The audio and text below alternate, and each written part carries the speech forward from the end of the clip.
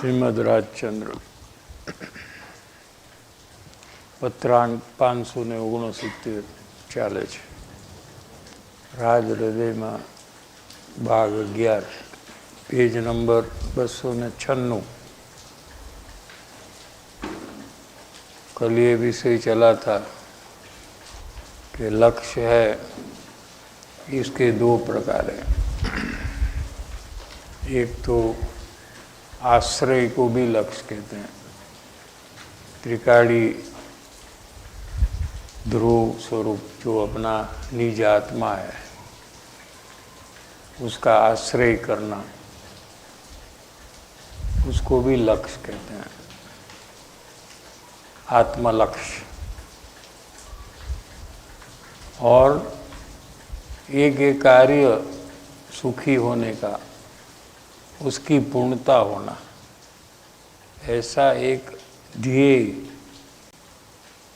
Target, गोल, इसको भी लक्ष्य कहते हैं.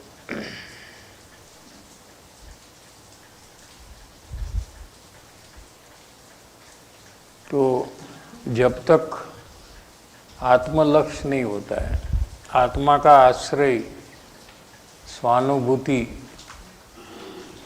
ये जब तक नहीं हो रहा है, तब तक जीव को जो पूर्णता का लक्ष्य है, पूर्ण सुखी होने का जो लक्ष्य है, जो गोल है, वो उसके आत्मकल्याण के कार्य में कितनी भी प्रगति हो तो उसको कभी अभिमान नहीं होता है. ऐसी भाव भूमिका प्रकट हो जाती है, क्योंकि उसका लक्ष्य पूर्णता के ऊपर होने से, पूर्ण कार्य के ऊपर होने से, जो जो कार्य पूर्व की अपेक्षा से उसने ज़्यादा किया, अपनी अपेक्षा से, अपने पूर्व से ज़्यादा किया, या दूसरे मुमुक्षु की अपेक्षा से उसने कोई प्रयास ज़्यादा किया, तो उसका लक्ष्य रहता है कि अभी तो मुझे पूरा कार्य करना है, और पूरा कार्य तो हुआ नहीं है,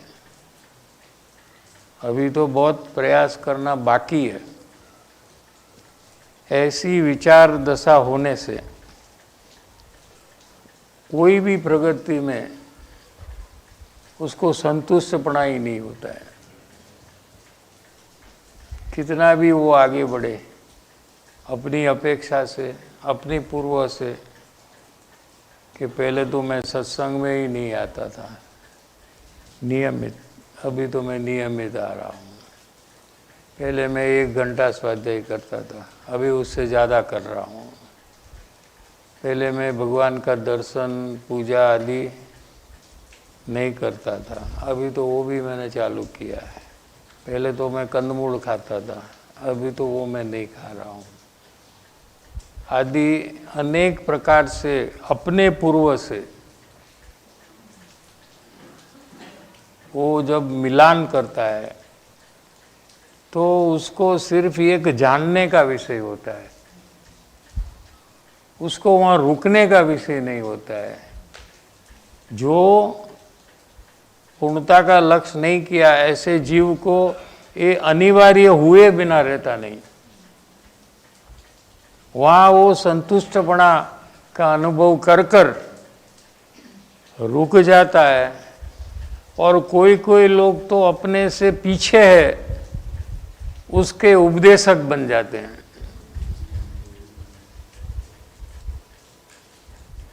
क्या? तो उसका लक्ष्य जो नहीं करते हैं, कम करते हैं अपने से, उसके ऊपर उसका लक्ष्य जाता है. किसका? कि जिसको पूर्णता का लक्ष्य नहीं है उसको. क्योंकि लक्ष्य भी एक जगह में रहता है, या तो पूर्ण में रहेगा या तो अपूर्ण में रहेगा.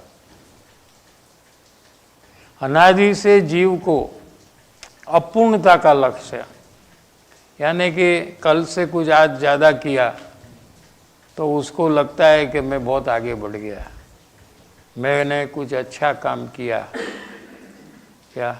इसलिए मैं मान का हकदायक हूँ। सब लोग को पता लगना चाहिए, और न लगे तो मुझे कहना चाहिए कि देखो मैंने तो ये आज किया है, ये नया प्रयास किया है।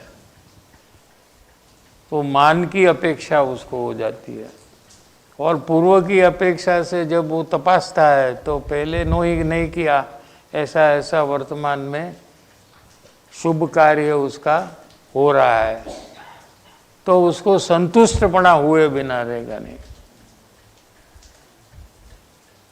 ये सब अवगुण प्रकट हो जाते हैं। क्या? ऐसा अवगुण से बचने के लिए सर्वप्रथम जीव को पूर्ण सुखी होने का ध्येय बांधना चाहिए। सत्संग आदि प्रवृत्ति में मुख्यपणे ये निर्णय में आना चाहिए। इसका प्रयास से निर्णय में आ सकते हैं। सिर्फ सत्संग स्वाध्याय करने से कोई निर्णय नहीं होता है।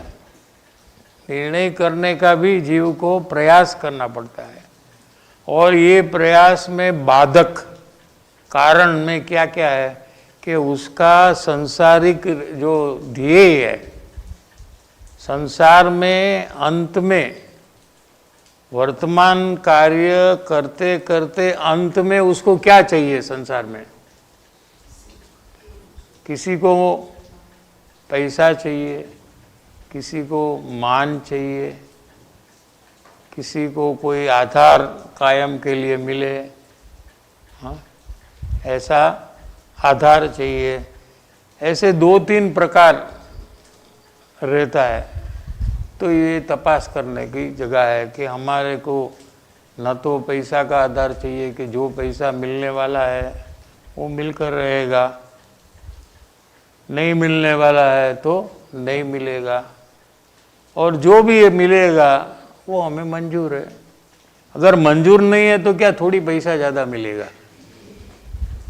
कि हमको मंजूर नहीं है, हमको 10 करोड़ भी मंजूर नहीं है, तो क्या आपको 20 करोड़ मिल जाएगा? मंजूर है या नहीं, जो मिलने वाला वही मिलेगा।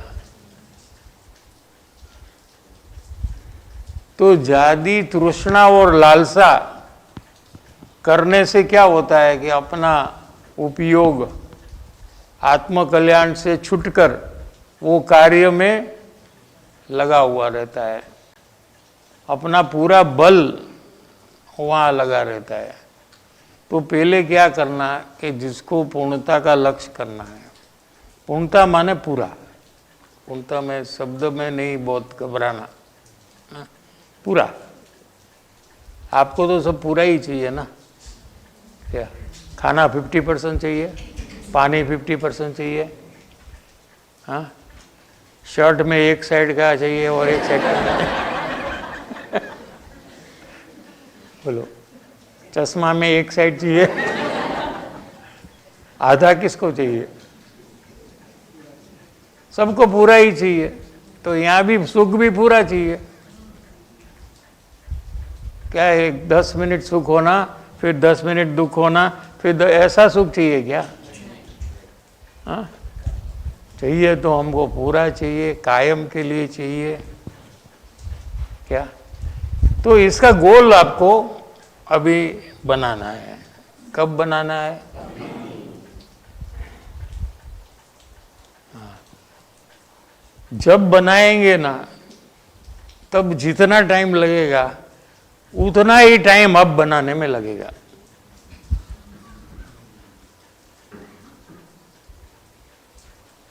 और वो सेकंडों में बन जाता है। क्या? लेकिन उसमें जो विघ्न आता है वो आपका संसार का जो गोल्स है वो आपको रोल बैक करना पड़ेगा। पहले जैसे चादर है ना, ये आप लोग आए पहले शुरुआत में ऐसे फैलाई थी, पहले तो थी ना, उसको खोलकर फैलाई है। फिर जब पूरा हो जाएगा तो क्या होगा, हम लोग चले जाएंगे तो इसको वापस रोल बैक कर कर रख देंगे। कि ऐसे ही रख देंगे, नहीं, रोल बैक। ऐसे हमने संसार में गोल की चादर फैलाई है। क्या किसने फैलाई है? हाँ, ये अगर नक्की होगा ना तो आप ही उसको रोल बैक कर सकते हैं। जब तक ये नक्की नहीं होगा कि ये मेरा ही कार्य है, मैंने ही ये किया है, मेरा ही creation, I am the producer of this, ये जब तक निर्णय नहीं करेंगे तब तक आप स्वयं इसको वापस रोल नहीं करेंगे। अगर आप रोल बैक कर लो तो आपको तुरंत पूर्णता का लक्ष्य, पूर्ण सुखी होने का लक्ष्य हो जाएगा। फिर ये होने से क्या होगा आपको कि आप यही कार्य में अपनी यथाशक्ति लग जाएंगे। कोई जल्दी अत्यंत वेग से आगे बढ़ेगा, कोई थोड़ा धीमे से आगे बढ़ेगा, कोई उससे धीमे से आगे बढ़ेगा, लेकिन सब आगे ही बढ़ेंगे और एक दिन पूर्ण करेंगे। क्या जब काम चालू हो गया है तो चिंता बहुत कम हो जाती है और उत्साह फिर आने लगता है, और ये उत्साह से जीव आगे बढ़कर शीघ्र पूर्ण सुखी हो जाता है।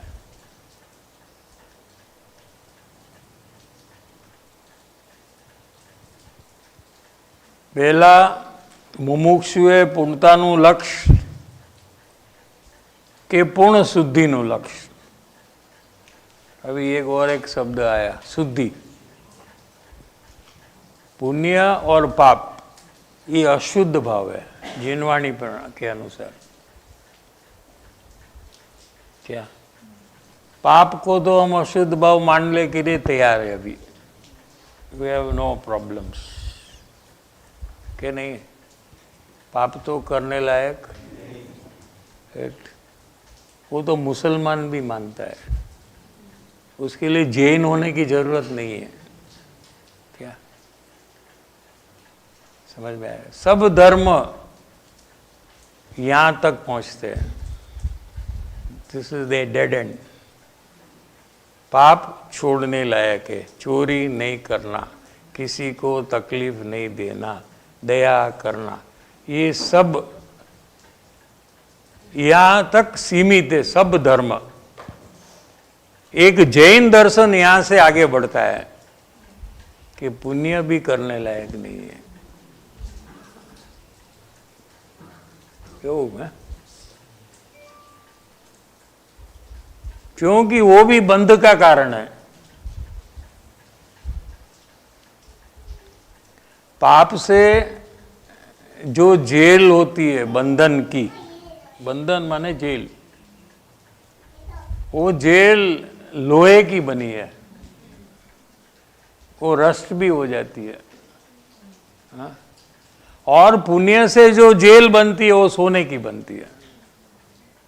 तो आप कौन सी जेल में जाना पसंद करेंगे, सोने की या लोहे की? ललित भाई, कौन सी जेल में जाएंगे आप? हाँ?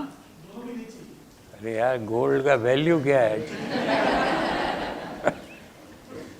और अभी बढ़ने वाला है ना वहाँ दाम, ऐसा बोल रहे, इंपोर्ट रेस्ट्रिक्शन आ गया है। हाँ? अभी तो बढ़ेगा, किसके पास सोना है? हाँ? और वो जेल में जाना पसंद नहीं आपको? एकदम शाइनिंग होगा, येलो कलर, मस्त मजा आएगा।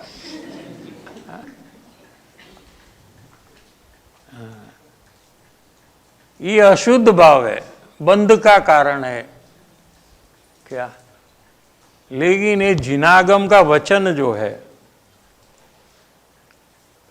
इसमें शादवाद से कहा है, अपेक्षा से कहा है। किसको कहा है ये हमको समझना पड़ता है। यानी कि हमको ये वाक्य कब लगता है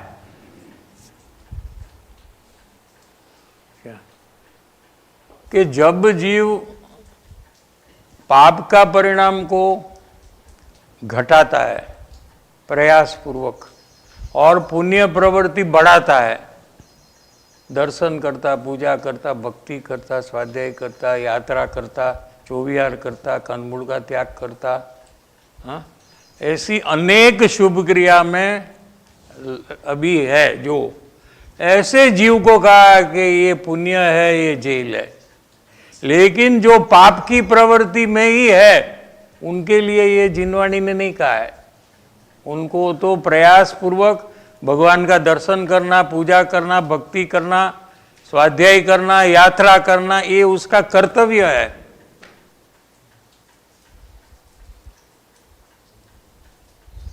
समझ में आया? लेकिन अगर ये जिनागम का वचन है, इसलिए मैं तो पुण्य भाव करूंगा ही नहीं, मैं तो देव दर्शन करूंगा ही नहीं, क्योंकि क्यों? बंध का कारण, सोने की जेल जिनागम में लिखा है, समयसार में है। मुझे तो जेल में जाना नहीं है, इसलिए मैं सत्संग भी नहीं करूंगा, स्वाध्याय भी नहीं करूंगा, चौविहार भी नहीं करूंगा, कुछ भी नहीं करूंगा, क्योंकि मैं जिनवाणी को मानता हूं। तो जल्दी तू निगोद में चला जाएगा।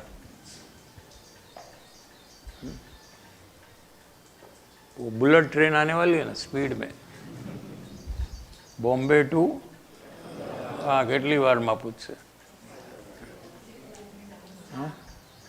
हाँ 2 आवर्स। अभी कितना टाइम लगता है? हाँ, तो नॉर्मली दो जल्दी जाना है निगोद में, हाँ, बाई बुलेट ट्रेन, तो पापादी प्रवृत्ति में रहते हुए पुण्य प्रवृत्ति से बंधन होता है ऐसे मानकर कोई भी पुण्य प्रवृत्ति में नहीं आना, तो बुलेट ट्रेन से सीधा निगोद में पहुंच जाएंगे। तो जिन वचन जो है उसको अपनी भूमिका के अनुसार हमें समझना चाहिए कि हम वर्तमान में व्यापार करते हैं, खाना पीना, घूमना फिरना, टीवी देखना, मोबाइल देखना, ऐसी पाप की प्रवृत्ति हमारी चल रही है पूरी। एक आध घंटा अगर हम सत्संग स्वाध्याय करें तो बाकी का 23 घंटा नींद भी पाप है। शू करूं? हाँ? जागते हुए भी पाप, सोते हुए भी पाप, खाना पीना, घूमना बैठना, चलना, ये सब पाप की प्रवृत्ति है। एक आध कलाक करें हम, क्या 23 कलाक के पाप में वो एक आध कलाक का पुण्य धोवाई जासे, माने उसका कोई फल नहीं आएगा। तो हमारे लिए प्रयत्न पूर्वक शुभ प्रवृत्ति, सत्संग बढ़ाना, स्वाध्याय बढ़ाना, देव दर्शन, पूजा, भक्ति, यात्रा, सोनगढ़ में जाकर रहना थोड़ा दिन, ऐसा धर्म प्रयास हमें बढ़ाना चाहिए। क्या वो वचन तो जो धर्म प्रयास बढ़ाया हुआ दिन में 8-10 घंटा शुभ प्रवृत्ति करता है, ऐसे जीव को कहा कि वो भी सोने की जेल है। समझ में आ रहा है? लेकिन दोनों अशुद्ध भाव है। ये हमारा विषय तो यहाँ से चालू है, थोड़ा आगे कहना पड़ा क्योंकि गलत कोई समझ ले। अशुद्ध भाव पुण्य है ऐसे समझकर छोड़ दे कि मुझे तो शुद्ध भाव ही चाहिए। समझ में आ रहा है? और वीतरागी भाव जो है वो शुद्ध भाव है। जो पर वस्तु, पुद्गल आदि पर है ना, उसके आधार से, उसके जानने के काल में उसके आधार से जो भी भाव अंदर में होता है उसको अशुद्ध भाव या शुभाशुभ भाव कहने में आता है। समझ में आया कि नहीं? अशुभ भाव कुटुंब, परिवार, व्यापार आदि के आधार से जो भाव अंदर में हो रहा है हाँ, वो भाव को पाप भाव कहा। देवगुरु शास्त्र के आधार से जो भी भाव अंदर में हो रहा है, अभी अभी मंदिर में गए थे ना दर्शन पूजा, तो वो टाइम में हमको अंदर में जो भाव हुए वो भाव शुभ भाव है, पुण्य भाव है, अशुद्ध भाव है, धर्म भाव नहीं है, धर्म की प्राप्ति का कारण भी नहीं है।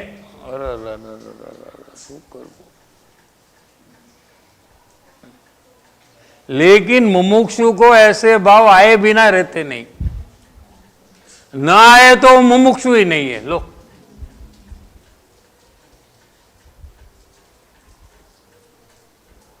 ऐसा विवेक होता है मुमुक्षु में।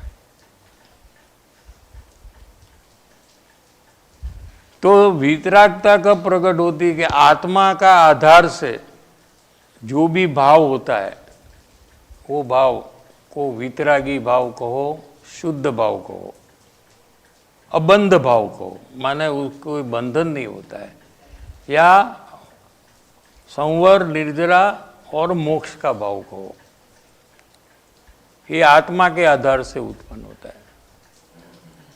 क्या? तो पूर्णता का लक्ष्य और पूर्ण शुद्धि क्यों कहा? कि जब मोक्ष की प्राप्ति होती है तो शुद्धता भी पूरी हो जाती है, अशुद्ध भाव रहते, पुण्य पाप के भाव खत्म हो जाते हैं, इसलिए उसको पूर्ण शुद्धि का लक्ष्य बांधेલું હોવું જોઈએ। બાંધેલું એટલે એની મેળે ન થાય, પોતે બાંધવું જોઈએ, પ્રયત્ન કરવો જોઈએ અને બાંધવું જોઈએ गोल। ये लक्ष्य जो आगળ વધતો હોય, अगर वो गोल बांधकर जीव में क्या क्या परिवर्तन आएगा कि उसको हर एक समय में ऐसा लगता है कि मुझे बहुत करना बाकी है। अभी तो मैंने शुरुआत ही की है। क्या? मारे घणું बाकी छे, मारे हजू घणું बाकी छे, पूरू थवामां घणुं बाकी छे, ऐसा ऐसा प्रकार का उसका अंदर में विचार चलते रहता है। हजी अनंत में भागे पण मारी दशा में कहीं ठेकाणुं नहीं। दूसरे को लगे कि इसमें तो बहुत प्रोग्रेस है, लेकिन खुद को क्या लगता है कि मारे तो हजी घणुं बाकी है। ए मैंने लायगा करसे, लागू विचार से नहीं, विचारवू अने लागू एमां फरक शुं छे? અને ફિલિંગમાં છે કે મારે હજી ઘણું બાકી છે, મારે હજી ઘણું બાકી છે, મારે હજી ઘણું બાકી। और फीलिंग है बहुत पावरफुल है, इसमें बहुत पावर है, विचार में पावर नहीं है। क्या समझ में आया? हाँ, फीलिंग में उसको लगता है अंदर में डंख लागे ने, तकलीफ थाय, अफसोस थाय, पश्चाताप थाय, अने एमांथी ई पोतानो पुरुषार्थ उपाड़े अने आगळ वधे। एवुं एने सतत थया करे तो पछी एनुं काम केम पूरुं न थाय? थाय ज। जे फीलिंग थी उपड़े छे एनुं काम पूरुं थवानुं ज। अपनी फीलिंग में शुं छे ए जोई लेवानुं। अपना विचार में ऐसा है कि हमको ये काम पूरा करना है, पूर्ण सुखी होना है, लेकिन हमारी फीलिंग में क्या है? फीलिंग में संसारना बधा काम पूरा करवा, न थाय तो अंदर में तकलीफ थाय, संसारना काम न थाय तो फीलिंग खबर पड़ी गई एमांथी? फीलिंग समझ में आ रहा है कि नहीं? संसार में आपको कुछ करना है और न हो तो विचार होता है या फीलिंग होता है? और वो तकलीफ देता है कि नहीं देता है? तो वो तकलीफ देने से आपको उसको वो दशा में रहना सुहाता नहीं है। क्या होता है, आपको होता है कि जल्दी इसमें से निकल कर कोई वो कार्य मैं कर लूं, तो आपको शांति मिलती है। क्या मिलता है? देखो,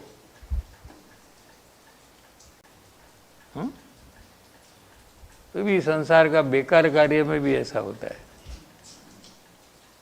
छोटी छोटी चीज में होता है, खाना में, पीने में, वॉकिंग नहीं हुआ तो आज हुआ ही नहीं, हम अंदर मानते हैं, मूड इफेक्ट हो जाता है थोड़ा, और सोचते रहते क्यारे करूँ, केवी રીતે કરું, આગા લોકો ક્યારે પૂરું કરશે, વરસાદ આવશે તો શું, કેવી રીતે કરશું, છત્રીમાં તો કાંઈ થાય નહીં બરાબર, રેનકોટ તો છે નહીં,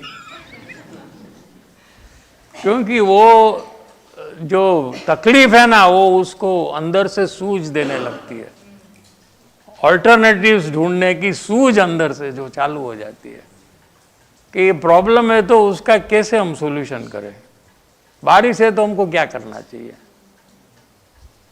क्या, और सत्संग और खाने के बीच में कितना टाइम है, अच्छा इतना है, तो हम सबसे बात नहीं करेंगे, वॉकिंग कर लेंगे। तो ये सब ऑल्टरनेटिव प्लान्स, ये तो खाली एग्जाम्पल है, आप थोड़ा एक एग्जाम्पल से आप समझ सकते हैं कि फीलिंग से क्या क्या हो रहा है जीव के अंदर में, और जब तक वो कार्य पूरा नहीं हो, जैसे उसने नक्की किया कि बीच का टाइम में मैं कर लूँगा, तभी वो थोड़ी क्षण उसको शांति हो जाती है कि अभी मैंने प्लान कर लिया, फिर वो टाइम आया बीच का, तो कोई मिलने आ गया, तो उसको मिलने में उसके साथ क्या होश रहेगा, आवा नहीं हट। ऐसे मुमुक्षु को अपने आत्मकल्याण में जब बाधक कार्य सामने आता है तो उसको ऐसे शू यार बच्चे बच्चे आ गए, तो एक फीलिंग से क्या होता है आप देख लो, आप पूरा मोक्ष मार्ग में प्रवेश हो जाता है जीव का। ये फीलिंग वाली पोजीशन अपने में आए तो हम सेफ जोन में आ गए। जब तक सिर्फ विचार दशा है हमारी कि ये करना है, ये करना है, लेकिन फीलिंग में नहीं आया, संसार के कार्य में ही हमारी फीलिंग चल रही है, तो समझना कि हम डेंजर जोन में है, कभी भी इसमें से निकल सकते हैं और संसार में वापस चले जाएंगे। एक बार फीलिंग में आ गया तो सेफ जोन में आ गया, फिर वो अंदर से उसका काम चालू रहेगा। आ लाग्यानो अर्थ कर्यो आपणे, इन्हें लाग्या करे से, जो लिखा एक एक शब्द में कितना है, आपको अंदर में ઊંડાણ कितना है देख लो, एनु वेदन थाय ने। फिर थोड़ा छोड़ देते हैं, आप पढ़ लीजिए, 297 पेज में चालू करते हैं। यथार्थपणे एवी मुमुक्षुता पूर्णताना लक्ष्य शरू थाय तो एने कोईपण कार्यमां अहमपणुं, अभिमान आवવાનો प्रश्न छे ज नहीं, आवे ने એને છોડવું પડે એમે નથી, એને અહમપણું અભિમાન થાય જ નહીં। જો આટલું તો અજ્ઞાન દશામાં થાય છે, હજી તો અજ્ઞાન છે, તો એ આવા दृढ़तावाला परिणाम मैंने थवा માંડ્યા। क्या इतनी दृढ़ता उसको आ गई कि कितना भी प्रोग्रेस उसका हो, फिर भी उसको अभिमान नहीं हो सकता है। पूरा मुमुक्षु समाज उसको अभिनंदन पत्र दे तो भी उसको कुछ नहीं होगा। आटली बधु एनु अंदर में परिवर्तन थी जाए, क्योंकि उसका गोल उसको देखने में नहीं है, उसका गोल मोक्ष में है। वो कहाँ देखता है, उस अनुसार उसके परिणाम होते हैं। यथार्थपणे ये शब्द लिया है थोड़ा, इसमें भी बहुत रहस्य है कि कोई भी तरह से आप नहीं, क्रम पूर्वक जो 254 पत्र में क्रम दिया है, वो क्रम पूर्वक आपको आगे बढ़ना है और आत्मा का निर्णय तक पहुंचना है। वो थोड़ा ले लेते हैं 254 में क्या है?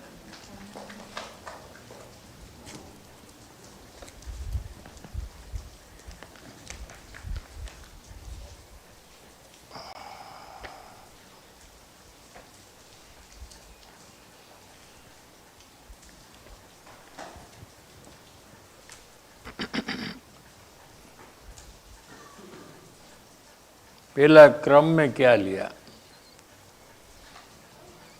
कि मुमुक्षुता हमारे अंदर में पहला उत्पन्न होनी चाहिए। मोक्ष में जाने की तीव्र इच्छा भावना हमारे में प्रकट होनी चाहिए। यहाँ से शुरुआत ली है। अगर ये नहीं होती है क्या, तो यहाँ वो उत्पन्न कैसे हो? या तो आप में ऑलरेडी उत्पन्न हो गई है, तो आपके परिणाम में क्या होगा? ये बात कृपालुदेव ने यहाँ खोली है। મુમુક્ષુતા વિશે જણાવવું છે કે તે उत्पन्न થવાનું लक्षण। इसमें दो बात ले सकते, उत्पन्न नहीं है तो उत्पन्न हुआ वो कैसे होता है, और किसी को उत्पन्न हो गया मुमुक्षुता तो उसके परिणाम में क्या क्या लक्षण है उसके। हाँ, तो પોતાના દોષ જોવામાં अपक्षपातता ये છે। उत्पन्न होने का, मुमुक्षुता उत्पन्न होने का लक्षण भी यही है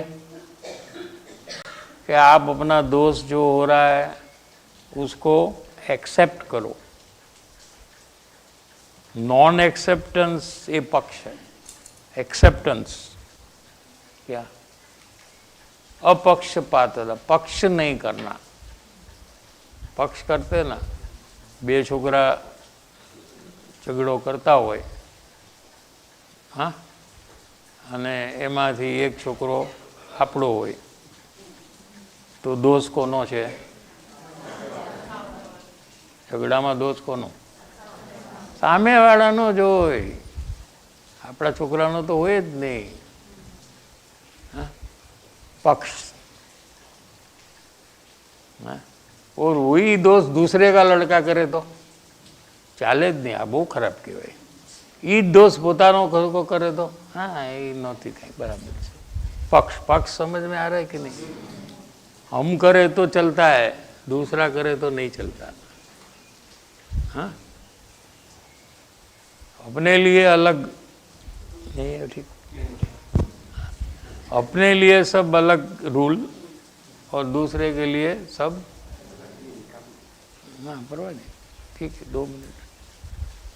ऐसा जो अपने अंदर में होता है, यहाँ से हमारा स्टार्टिंग है कि ये नहीं होना चाहिए। कोई भी दोष है, कोई बताए तो हमें चेक करना चाहिए हमारे अंदर में, शांति से चेक करना चाहिए, आर्ग्यूमेंट में नहीं आना चाहिए उससे। हाँ? सफाई नहीं देना चाहिए। अगर आपको दिखे तो आपको स्वीकार कर लेना चाहिए, तो आपको मुमुक्षुता प्रकट हो जाएगी। ठीक है,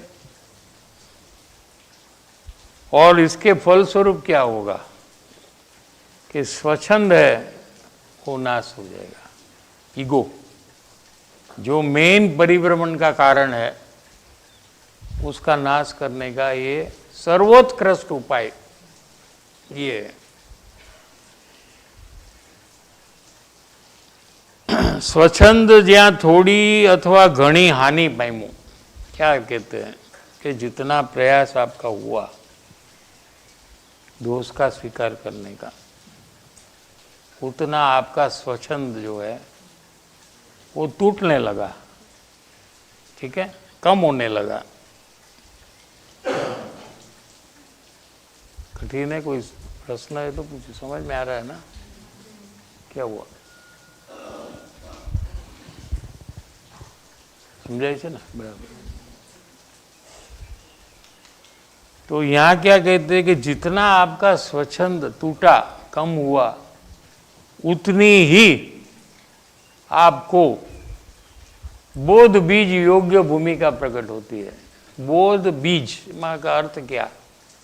बोध माने केवल ज्ञान, उसका बीज है ये सम्यक्त्व है। सम्यक दर्शन प्राप्ति की भूमिका, योग्यता, पात्रता, लायकात आप में कितनी है कि जितना आपका स्वच्छंद घटा है उतनी।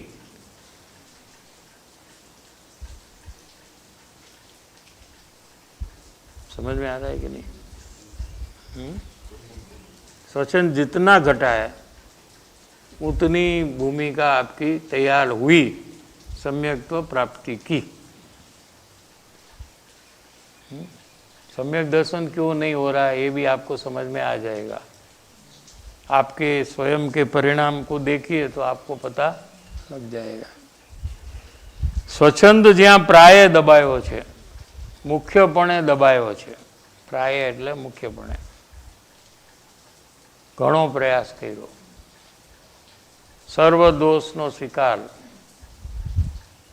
પક્ષ છોડ્યો, ત્યારે શું થયું કે સ્વચ્છંદ જ્યાં પ્રાય દબાયો ત્યાં માર્ગ પ્રાપ્તિને રોકનારા 3 કારણો મુખ્ય કરીને હોય છે એમ અમે જાણીએ છીએ।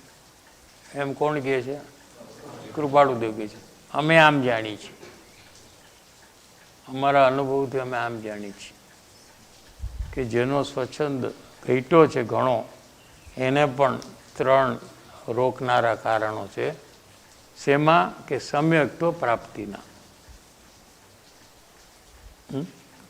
પહેલું કારણ છે આ લોકની અલ્પ પણ સુખેચ્છા। પહેલો પ્રોબ્લેમ શું? કે આ દુનિયાના પદાર્થો એમાં સુખ છે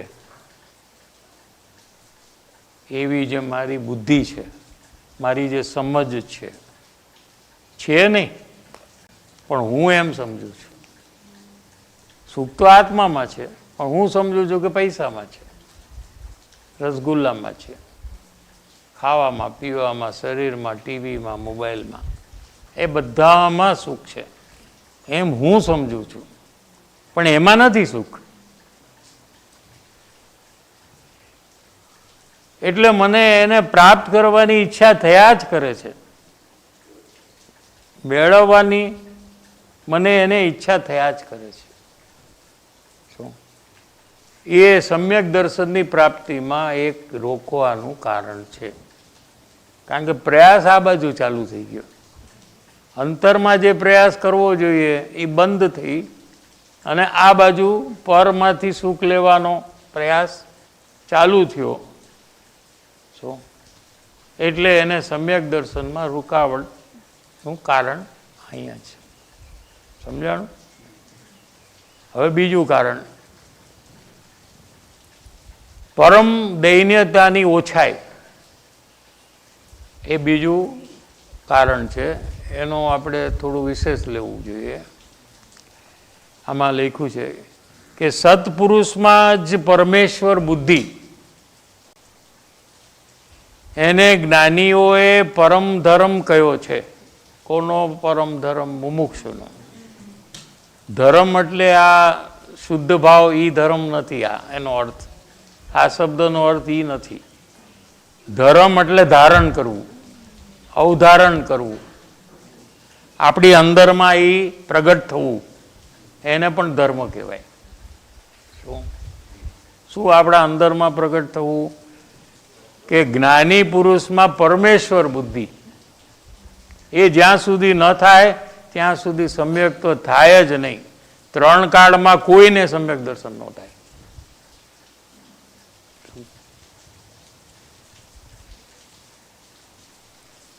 અને એ બુદ્ધિ પરમ દૈન્યત્વ સૂચવે છે। પરમ વિનય એને આવી જાય છે જો.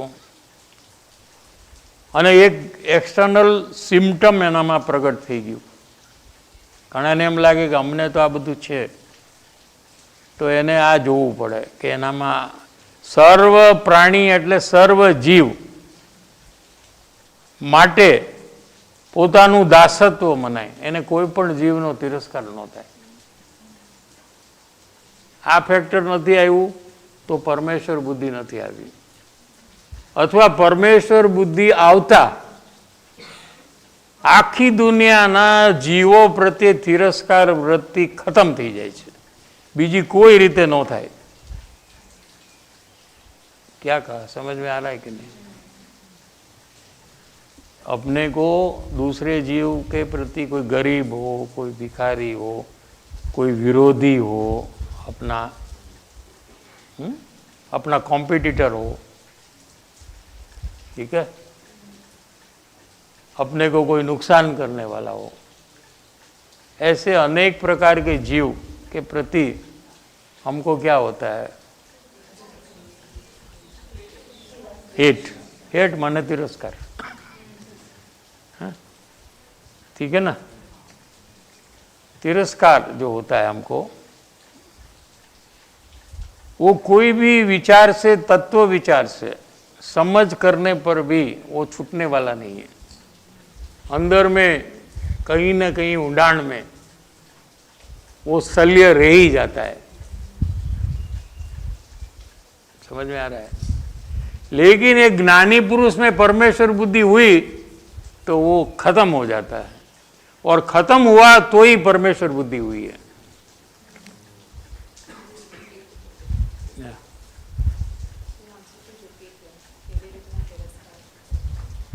नहीं, हाँ, શલ્ય કે એ આવી રીતે છૂટે છે કે જેને જ્ઞાની પુરુષના શરીરને ગૌણ કર્યું, એના અંદરમાં થતા પુણ્ય પાપના ભાવને ગૌણ કર્યા, એને શાસ્ત્ર સંબંધી જે ઉઘાડ છે એને પણ ગૌણ કર્યો, અને એની પાછળ રહેલું એમનું જે પરમેશ્વર પદ એ જેણે જોયું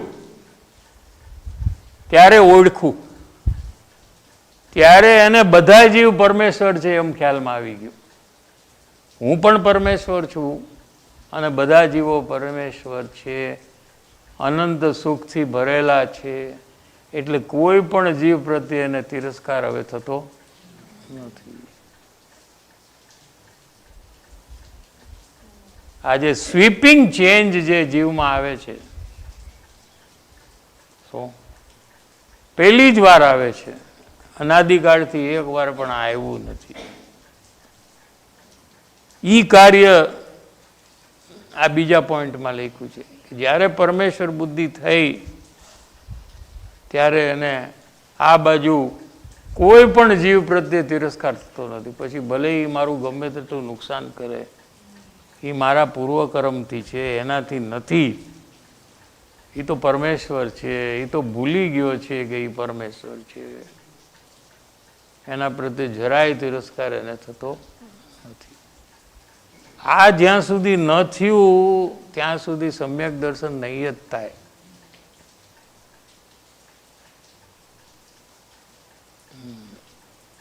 અને આ બધું ઓટોમેટિક થાય છે પાછું. જ્યારે એનું વિવરણ કરી ત્યારે એમ લાગે કે આટલું બધું કેવી રીતે થાય, આ તો બહુ અઘરું છે. શું પણ એ થાય છે ઓટોમેટિક આવું, એટલે એટલું કાંઈ અઘરું નથી. એવા જીવને જેને આ બીજા પોઈન્ટમાંથી આગળ વધ્યો,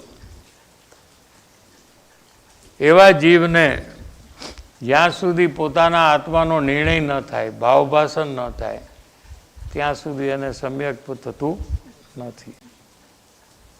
આ છે ટોટલ ક્રમ.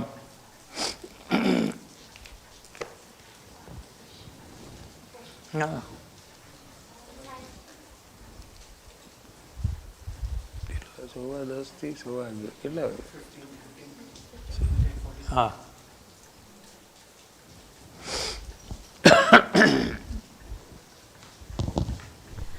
स्वच्छंद से बोध बीज भूमिका को कैसे कनेक्ट करना माइक है? चाले છે? स्वच्छंद से हाँ। बोध बीज भूमिका को कैसे कनेक्ट करना है? अच्छा, कनेक्ट करना है। सम्यक दर्शन जो है वो आत्मा का द्रव्य दृष्टि जो है, मैं आत्मा हूँ, ऐसा जब श्रद्धान होता है तो सम्यक तो होता है। ये तो समझ में आ रहा है कि नहीं? बराबर है ना? और अवस्था में मैं हूँ ऐसा श्रद्धान है तो वो मिथ्या दृष्टि है। अवस्था पर्याय,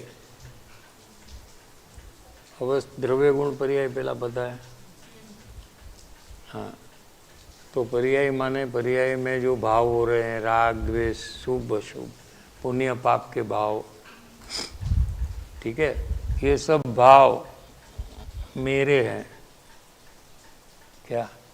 ये पर्याय दृष्टि है। पर्याय दृष्टि को मिथ्या दृष्टि कहते हैं, ठीक है। और द्रव्य दृष्टि, द्रव्य में ये सब भाव ही नहीं है।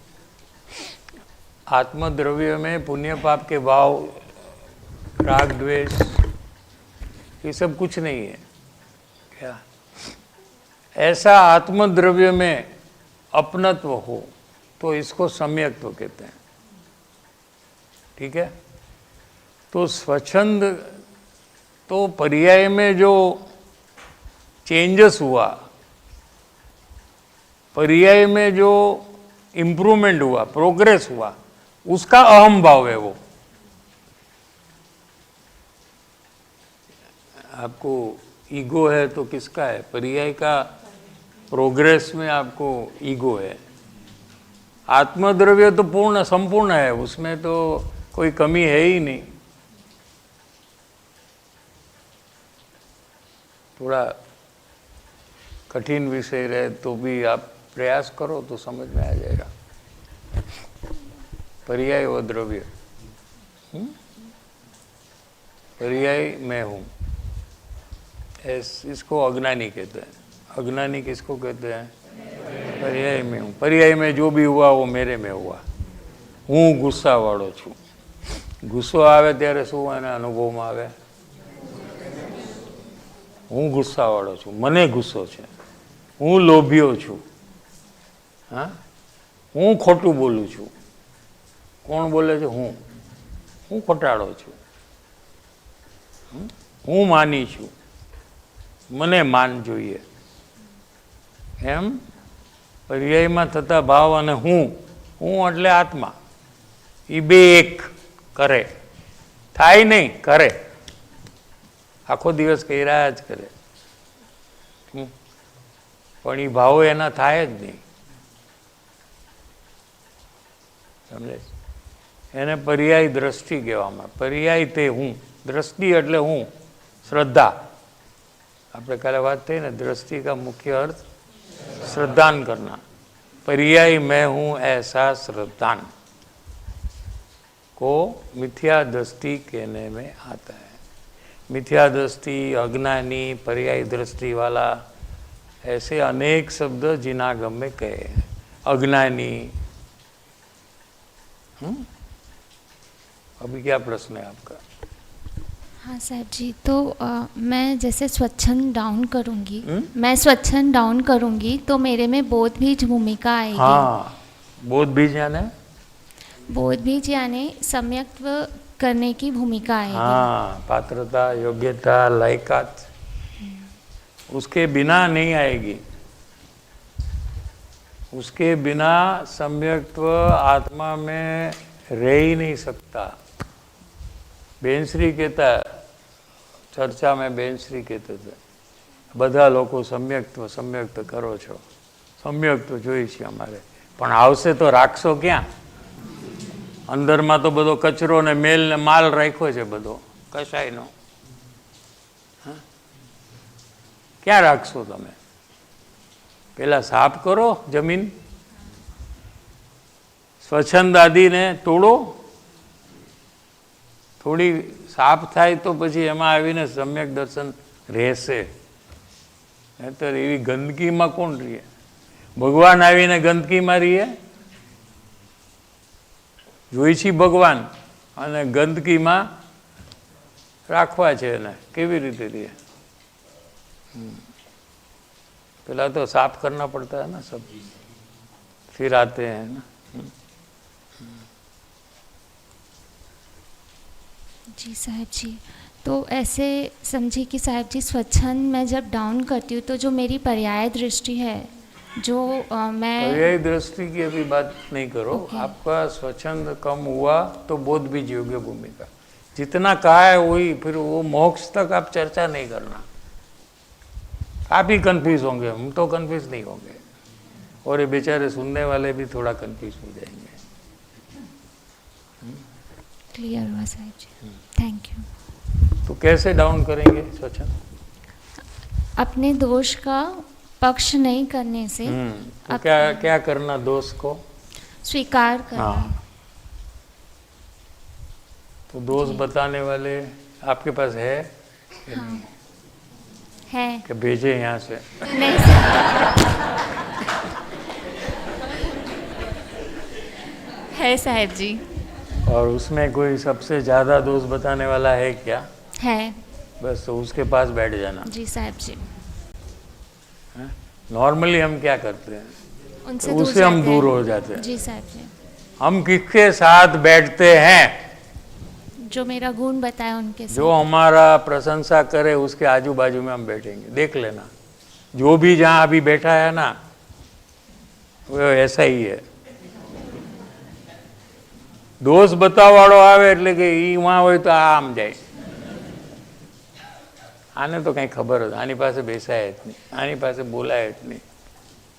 लेकिन मुमुक्षु इसका ऑपोजिट करता है, कारण के संसार का मार्ग और मोक्ष का मार्ग ऑपोजिट है. जब भी ऑपोजिट होता है तो समझना कि हम सही मार्ग में हैं. क्या? तो कौन है जो बहुत दोष बताता है? तो उसमें रहेगा, अपने पास सब फैसिलिटी है, सबके घर में सबको फैसिलिटी है. तारे बस उसके पास जाकर बैठ जाना, रेडी होकर. हाँ, नहीं तो मारामारी हो जाएगी. रेडी के एक्सेप्ट करने के लिए रेडीनेस, कि ये तो चालू हो जाएगा, अपना काम होता रहेगा, फटाफट एक्सेप्ट करते जाओ. हाँ, तो अपना स्वच्छंद टूटते जाएगा, अपने को सम्यक तो योग्य भूमिका प्रकट होती जाएगी. लो,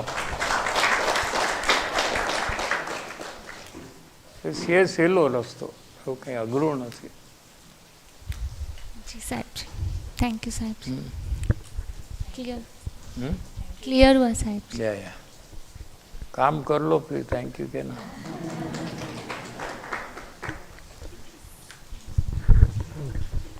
5 મિનિટ છે.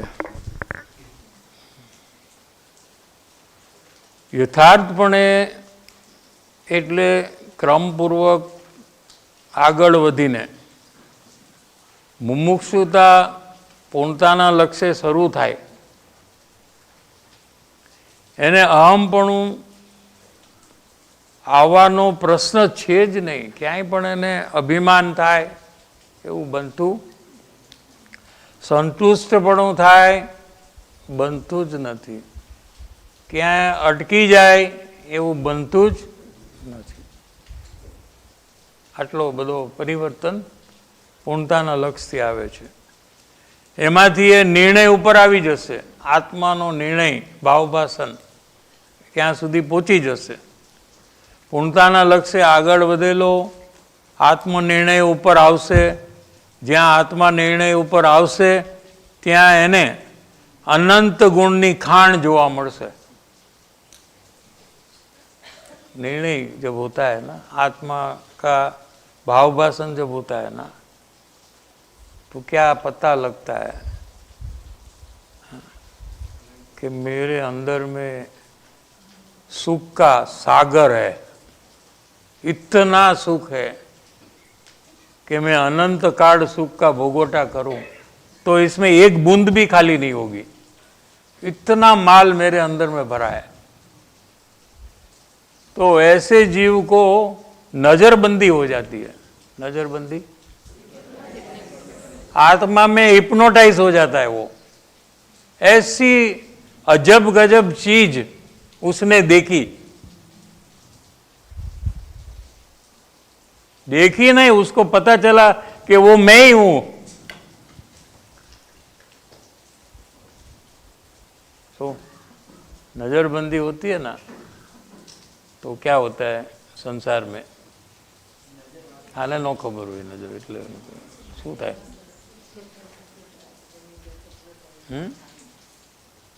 क्या શું થાય?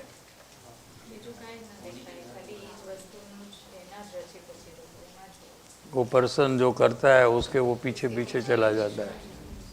हाँ, नजरबंदी होता है ना। हाँ, यहाँ ऐसा होता है कि आत्मा का जो स्वरूप, परमेश्वर स्वरूप, मैं ही परमेश्वर हूँ, ऐसा जब निश्चय भावभाषण के काल में वेदन से पता लगता है, अनुभव से पता लगता है, समझ से नहीं। क्योंकि अरूपी है ना आत्मा, कुछ दिखता तो नहीं है अंदर में। हाँ, एक अनुभव होता है उधर जोर से, स्वसंवेदन होता है एकदम। क्या तो फिर क्या उसके बाद में क्या होता है मुमुक्षु को, जिससे उसको पता लगता है कि अभी आपको क्या हो रहा है, कि अभी आप यहाँ सुन रहे हैं तो आपका उपयोग कहीं बाहर चला जाता है। फिर आप उसको मरोड़ कर stay here, don't go of, तो ही वो रहता है। ऐसे करते करते आप यहाँ उसको स्थित करते हो। ठीक है कि नहीं? समझ में आया कि नहीं? ऐसा हो रहा है कि नहीं? हाँ, अभी भावभाषण जब हो गया तो क्या होता है कि वो संसार के कार्य जब करता है, व्यापार का, खाने का, पीने का, घूमने का, तो वहां जो उपयोग उसका है वो छटक कर आत्मा में चला जाता है। ऑपोजिट होता है उसका। यहां जैसा होता है उसका ऑपोजिट वहां होता है। संसार के कार्य के काल में उपयोग छटक कर आत्मा की तरफ चला जाता है। यहां सत्संग के काल में उपयोग छटक कर पर में चला जाता है। क्योंकि जो चीज उसने देखी है अंदर में, क्या वो उसके ज्ञान में से विस्मरण ही नहीं होती है। 24 घंटे उसके ज्ञान में आत्मा ऐसा का वैसा तरवरता है। क्या कि घड़ी उसको वहां जाने का उत्साह, मन और प्रयास चालू हो जाता है, फिर वो भेद ज्ञान में आ जाता है ऑटोमेटिक। यही भेद ज्ञान है, और उसको आत्मज्ञान अल्पकाल में हो जाता है। हाँ, सुधी रखो।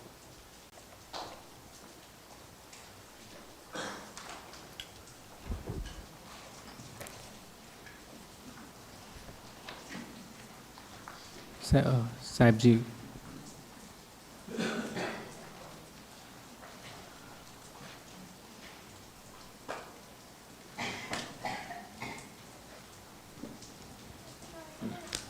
साहब जी, जो लक्ष्य बांधने की जो बात है उसमें अपना हित करना है इस भाव में, ऐसा लक्ष्य बांधने में प्रयास हो रहा है। बट जो पूर्ण सुखी होने का लक्ष्य की जो बात आ रही है, तो वो पूर्ण सुखी होने की फीलिंग, ऐसे आत्मा में से पूर्ण सुखी हो जाऊंगा वैसी वाली फीलिंग मिस लग रही है। तो वो कैसे डेवलप करना? पहले क्या बोला, क्या हो रहा है? पहले ऐसा हो रहा है कि परिभ्रमण नहीं करना है, अपना हित करना है, ये अपॉर्चुनिटी मिला है इसको वेस्ट नहीं करना है, ऐसा प्रकार से विचार चल रहा है। बट जो सुखी होने का जो अंदर से जो आकर्षण या उत्साह आना चाहिए, वो वाला मिसिंग लग रहा है। परिभ्रमण नहीं करना है, इसका मतलब ये हुआ कि आपको दुख नहीं भोगना है परिभ्रमण का। परिभ्रमण माने क्या? ट्रैवलिंग। अभी यहाँ से न्यूजीलैंड जाने का ट्रैवलिंग, वो भी परिभ्रमण है, लेकिन उसमें आपको अच्छा लगता है। यहाँ जो परिभ्रमण की बात चल रही है, तिर्यंच में जाना, नरक में जाना, ऐसा जो परिभ्रमण है, तो उसमें दुख होता है, इसलिए वो नहीं करना है। क्या समझ में आया? तो दुख नहीं चाहिए आपको, इसलिए आप ये काम कर रहे हो। सुख चाहिए और दुख नहीं चाहिए, दोनों एक ही बात है ना, अस्ति नास्ति है ना, क्या फर्क हुआ? क्या दुख नहीं चाहिए तो सुख चाहिए, सुख चाहिए तो दुख नहीं चाहिए, दोनों एक ही बात है। कहने की दो रीत है। क्या ब्रह्मचारी बना नहीं चाहिए तो शादीशुदा चाहिए, शादीशुदा चाहिए तो ब्रह्मचारी बना नहीं चाहिए, तो एक ही बात कोई कह दिया, खाली शादीशुदा करना है, तो फिर ब्रह्मचारी का तो आप बोला ही नहीं, वो तो आ गया उसमें। पैसे वाला बनना है तो गरीब नहीं बनना है, गरीब नहीं रहना है, गरीब नहीं रहना है तो पैसे वाला बनना है, तो कोई एक ही बात कहा तो दूसरी बात उसमें आ ही जाती है। ऐसे परिभ्रमण के दुख से छूटना है तो हमें सुख की प्राप्ति करनी है। तो सुख का गोल होता है, नास्ति से गोल नहीं होता है, अस्ति से गोल होता है। क्या समझ दो प्रकार से बोले हो, लेकिन मुझे पूर्ण सुख चाहिए, ऐसा गोल में मुझे परिभ्रमण का दुख नहीं चाहिए, वो आ गया, तो दोनों एक ही है, अरस परस है। मेनली परिणाम में ऐसा लग रहा था कि पर में जो संसार में जो सुख एटसेट्रा की जो फीलिंग है, ऑल्दो अंडरस्टैंडिंग के बावजूद भी, फिर भी सुख के लिए मैं वहाँ जाता हूँ, तो अंदर से सुख लूँ ऐसा वाला नहीं आ रहा, तो विश्वास की कमी है क्या? क्योंकि वो सुख आप मानते हो ना, संसार के पदार्थ में आप सुख मानते हो ना, तो वो सुख नहीं है, इसलिए कि वो दुख का अभाव होता है, उसको आप सुख कहते हैं। सुख नहीं मिलता है। जैसे आपको इच्छा हुई एक चीज की, ठीक है, और वो चीज आपको नहीं मिलती है, तो इच्छा है सतेज होने लगती है, बलवान होने लगती है, और फिर आपको डिस्टर्ब करने लगती है, आपको आकुलता होने लगती है कि कब वो चीज़ आपको मिले। तो जब तक वो चीज़ नहीं मिलती है, जितना टाइम वो डिले होती है, उतनी यहाँ आकुलता बढ़ती रहती है। ठीक है, तो ये आकुलता में दुख का अनुभव है, अच्छा नहीं लगता उसको, वो टाइम में वो खुश नहीं है। खुश है क्या वो? हाँ, तो वो दुखी है। ठीक है, कब तक? कि तब तक वो चीज़ मिलती है। ठीक है, तो वो जब चीज़ मिली तो ये आकुलता और दुख का क्या हुआ? वो आकुलता चली जाती है, चली गई। ठीक है, उसको हम सुख कहते हैं। वो सुख नहीं है, कुछ मिला नहीं है हमको। क्या सिर्फ आकुलता और दुख जो था इच्छा के साथ, वो चला गया है। ठीक है, उसको हम भ्रम से, भूल से सुख कहते हैं। वो सुख नहीं है, इसलिए वापिस अनेक इच्छा उत्पन्न हो जाती ना। अगर सुख मिलता तो वही चीज को भोगने में आप पूरा दिन निकाल दो ना, थोड़ा टाइम हुआ तो वापस दूसरी इच्छा उत्पन्न हो गई। एक में से हजारों इच्छा उत्पन्न हो गई। जैसे आपको गाड़ी लेने की इच्छा है, गाड़ी मिली तो फिर उसको कहाँ रखना, कहाँ पार्क करना, कौन चलाएगा? आने तो चावी આપવાની જ નહીં, અહીંયા तो गाड़ी રાખવાની જ નહીં, આ લીટા બીટા છોકરાઓ કરી નાખશે। तो ये सब इच्छाओं आपको उत्पन्न हुई, उसको ठीक रखने की। गाड़ी नहीं थी तभी ये सब इच्छा नहीं थी, तो एक इच्छा की पूर्ति से अनेक इच्छा वापस उत्पन्न हुई। क्या? और आपकी जागृति बढ़ी, ये रोज चेक करते हैं कि बच्चे लोग तो अभी आज स्क्रैच किया कि नहीं। हाँ, जिसको चलाना नहीं चाहिए वो गाड़ी तो चलाता नहीं है मेरे एब्सेंस में। हाँ, ये सब अनेक प्रकार की सावधानी जागृति आपको उत्पन्न। एक इच्छा पूरी हुई तो साथ में हजारों इच्छा। वो पहले दिन वो गाया था ना सहज ने, भक्ति आया था ना उसमें, जैसे मानो पावक में घी डाला। हाँ? घी डालने से क्या होता है उसमें? भड़को થાય ને એમ એક ઈચ્છા પૂરી થાય એટલે ભડકો થાય આમ જોરથી, બીજી હજારો ઈચ્છા એમાંથી ઉત્પન્ન થાય અને હજારો ઈચ્છામાંથી આપણે પૂરું કરવા માટેના પ્રયાસ ચાલુ થઈ જાય। એમાંથી થાય ન થાય બધું આપણને તકલીફ જ થતી હોય। સમજે? ઈચ્છા ખતમ થાય ત્યારે જ સુખ ઉત્પન્ન થાય। કેવડી ભગવાનને એક પણ વસ્તુની ઈચ્છા નથી એટલે એમને पूर्ण सुख है।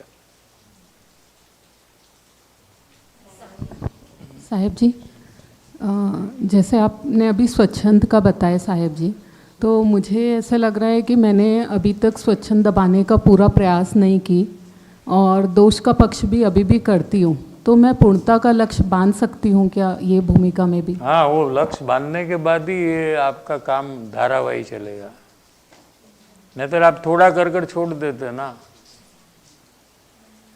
ठीक है, पूर्णता का लक्ष्य बांधो पहले, फिर आपका प्रयास जो है वो चालू ही रहेगा दोष का स्वीकार, नहीं तो थोड़ा कर कर छोड़ देंगे।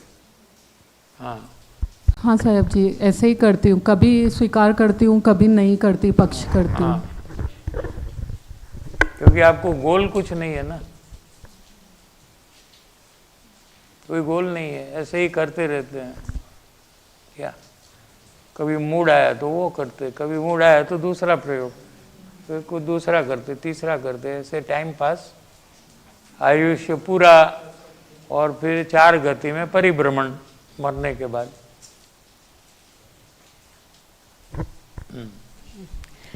સાહેબજી, ખ્યાલ આજે આવ્યો જે સાહેબ. પૂર્ણતાના લક્ષ્યની વાત આવી કે પૂર્ણતાનું લક્ષ્ય બાંધવાની, તો મને પૂર્ણતાનું લક્ષ્ય બાંધવું છે, તો એના પહેલાં મને સંસારમાં જે મેં લક્ષ્ય બાંધ્યા છે એને મને રોલ બેક કરવા છે। આપણે તમારે આઈડેન્ટિફાઈ કરવા પડશે। હા, એ મેં આઈડેન્ટિફાઈ કર્યા, મેં તો કરો, છોડી દો। એ છોડવા હું શું અવલંબન લઉં સ્ટ્રોંગલી કે હું એને છોડી દઉં? કાંઈ નહીં, છોડી દો ને। આ પેનને નીચે મૂકવા માટે મારે કોનું અવલંબન?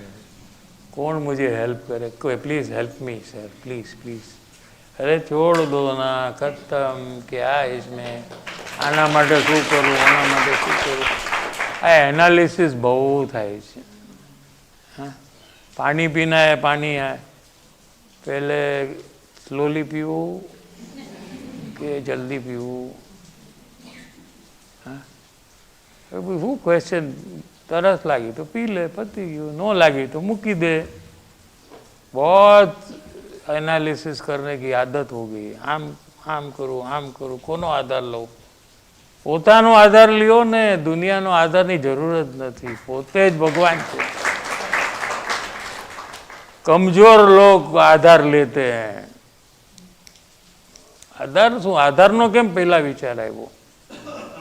खुद करो ना, सब कर सकते हो। हाँ हाँ સાહેબજી પૂર્ણતાના લક્ષ્ય બાંધવા માટે હું વિઝ્યુઅલાઇઝ કરતો હતો કે ક્યાં ક્યાં મેં એમ્બિશન રાખ્યા છે। તો સાહેબજી 3 સિચ્યુએશન મને લાગી કે જ્યાં હું રેઝિસ્ટન્સ કરું છું। છોડી દો।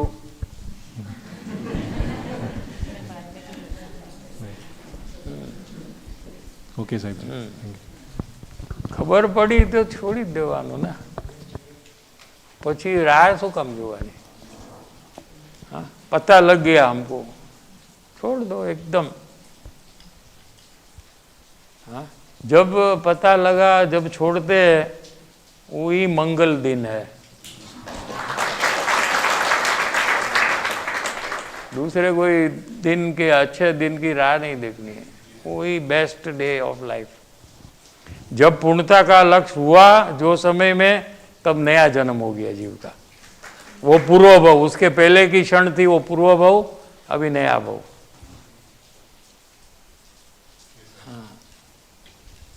साहिब जी पहले अंदर में ऐसे भाव किया मैंने कि जो क्वेश्चन है वो बहुत सिली लग रहा है और नहीं पूछना है, बट फिर डिसाइड किया कि नहीं मैं पूछ लेती हूँ क्योंकि मुझे कोई भी क्वेश्चन सिली होता ही नहीं, क्वेश्चन ही होता है।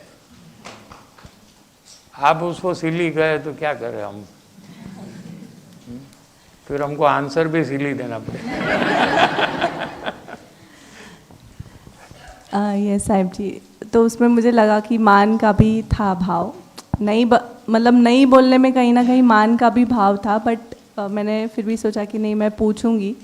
साहिब जी एक्चुअली जो अभी स्वच्छंद तोड़ने की बात आई, तो यहाँ पे सुन के ऐसे लगता है कि बहुत इजी है, बट वही मैंने देखा है कि व्हेन आई उदय के बीच में जब मैं वो करती हूँ तो देयर इज़, मैं मतलब तब नहीं छोड़ती हूँ वो चीज़।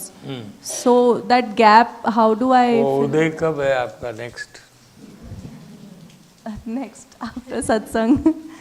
कब, कौन सी तारीख को? चालू ही है साहिब जी, चालू ही है। हाँ? चालू है। तो अभी उदय में नहीं करती हो, अभी करती हो, अभी इजी है, तो मैं समझा कि कौन सा उदय कब? अभी मतलब सत्संग में इजी लग रहा है यहाँ पे सुनने में। ठीक है, आफ्टर गोइंग सत्संग बंद होने के बाद कठिन है, माने बॉम्बे वही ना। तो अभी आप कितना दिन यहाँ हो, पूरा कर लो 5 डेज में, खत्म। 5 डेज में क्या इतना काम कर सकते, 24 घंटा 24 into 5 days, 120 hours, too much. हाँ, पीछे लग जाए तो हो जाएगा, उसमें क्या है, वो टाइम नहीं लगता इसमें। साहिब जी जो फीलिंग के इम्पोर्टेंस की बात आई, तो मुझे अपने में वो लैकिंग दिखती है, वो भी 4 लेवल पे ही कर रहा हूँ वैसा फील होता है। तो वो ट्रांजिशन कैसे, मतलब कैसे फीलिंग में आना, वो भाव समझ में नहीं आ रहा था अपने आप में। वो थोड़ा संसार में बहुत फीलिंग से काम कर रहे हो ना, इसलिए थोड़ा क्या है, उसका ही महत्व है अपने को जो भी इसमें क्या है कि अपना फीलिंग कब होता है संसार में। जैसे नईसा को लग गया तो आपको फीलिंग होता है कि नहीं, तो इतना गैप है, दोनों अलग है, तो फीलिंग कहाँ से आया? अभी नज़दीक में कुछ लगा हो आपको तो फीलिंग आएगा, लेकिन तो इतना दूर है, फिर कहाँ से फीलिंग आया आपको? हाँ, क्यों कैसे आता है, यही तो पूछ रहा हूँ। हाँ, पता नहीं है, मतलब मुझे ही हो रहा है वैसा लगता है, मेरी है। वही तो, वो कैसे होता है, वही तो हम पूछ रहे हैं। मुझे हो रहा है, उसको हो रहा है कि आपको हो रहा है? उसको हो रहा है। तो आपको कैसे लग रहा है कि मुझे हो रहा है? ऐसा फील करता हूँ, मुझे उसको क्या पेन हो रहा होगा वो फील करता हूँ। तो हम लोग को होता है तो क्यों फील नहीं करता है?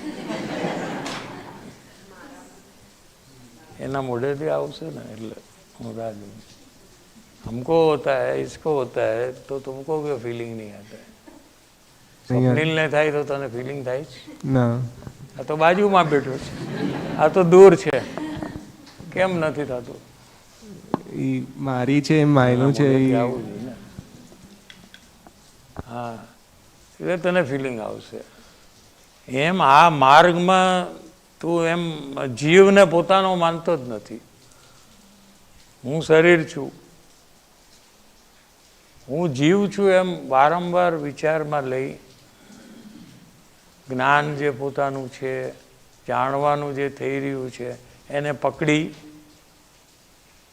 તો હું જીવ છું એમ વિચારમાં પાકું જો થાય તો જીવને જે પ્રોબ્લેમ છે એમાં ફિલિંગ આવ્યા વગર રહે જ નહીં। અત્યારે આપણે પોતાને શરીર માની છીએ વિચારમાં, આમ તો અનુભવ થયો નથી, છતાં પણ અજ્ઞાન દશામાં પણ આટલું ચેન્જ આવે છે। મુમુક્ષ થાય ત્યારે વારંવાર જીવની વાત આવે ત્યારે મારી વાત છે એમ અંદરમાં પોતે એની સાથે કનેક્ટ કરવું જોશે। જેમ કોઈ બાજુવાળાની વાત કરે ને એવી રીતે આપણે જીવની વાત સાંભળી છે. શું? અને આપણું નામ દઈને કોઈ કંઈ કહે એટલે તરત જ આપણે મને કહે છે, જો આમ મને કહે છે, આ મારું ખરાબ બોલે છે. તો આપણે એ નામ અને એની સાથે જોઈન્ટ કરી નાખ્યું છે પોતાને, એટલે એની ફિલિંગ આપણને આવે છે. ફિલિંગ કેવી રીતે આવી? આવી રીતે આવી. હવે એ નામે આપણું નથી, એ નામવાળા કેટલાય બીજા હોય, અને શરીરે આપણું નથી, કારણ કે પૂર્વમાં બીજું શરીર હતું, આવતા ભાવે બીજું શરીર રહેવાનું. બરાબર છે? શરીરે આપણું નથી, નામે આપણું નથી, પર વસ્તુ છે. બરાબર છે? તોય આપણે ફિલિંગ આવે છે, કેમ કે આપણે એની સાથે કનેક્ટ કરી નાખ્યું. આ મારું છે, આ મારું છે, આ મારું નામ છે, આ હું છું, આ મારું નામ છે. અરીસામાં જોઈએ સવારમાં, આ હું છું, આ હું છું, એમ કર્યા જ કરે. શું? કોઈ બોલાવે એના નામથી, મને બોલાવે છે, મને બોલાવે છે, મને આમ અંદરમાં કર્યા કરે. એટલે એની સાથે કનેક્ટ પોતે કર્યા જ કરે છે કન્ટિન્યુઅસ. કોઈ આમ બોલે નામ તો તમે મને બોલાવો છો, તમને મારું કામ છે. એટલે નામ અને હું એક એમ કનેક્ટ કર્યા જ કરે છે આ જીવ. બરાબર છે?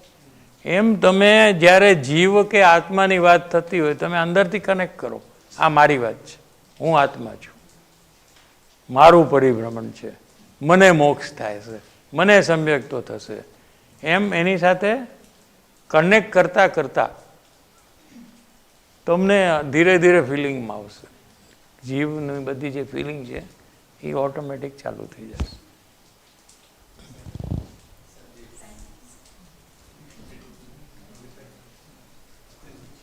साहिब जी, हाँ, जैसे सत्पुरुष में परमेश्वर बुद्धि आने से स्वयं के प्रति जो हीन भावना है या जो स्वयं के प्रति जो हीन भावना है या स्वयं के प्रति हीन भावना है या फिर जो तिरस्कार का भाव है वो भी चला जाता है क्या? स्वयं के प्रति तो रहता ही नहीं है, किसी को दूसरे के प्रति रहता है ना. ऐसे लगता है कि मैं किसी से कम हूँ या फिर जो वो भाव फिर क्या होता है? नहीं, तिरस्कार वृत्ति नहीं होती ना. तिरस्कार का भाव, अपने ऊपर तिरस्कार आता है आपको? कब आता है तो कह दो आता है. कभी कोई I am third rate, I am useless, I am good for nothing, ऐसा आता है आपको? कभी कभी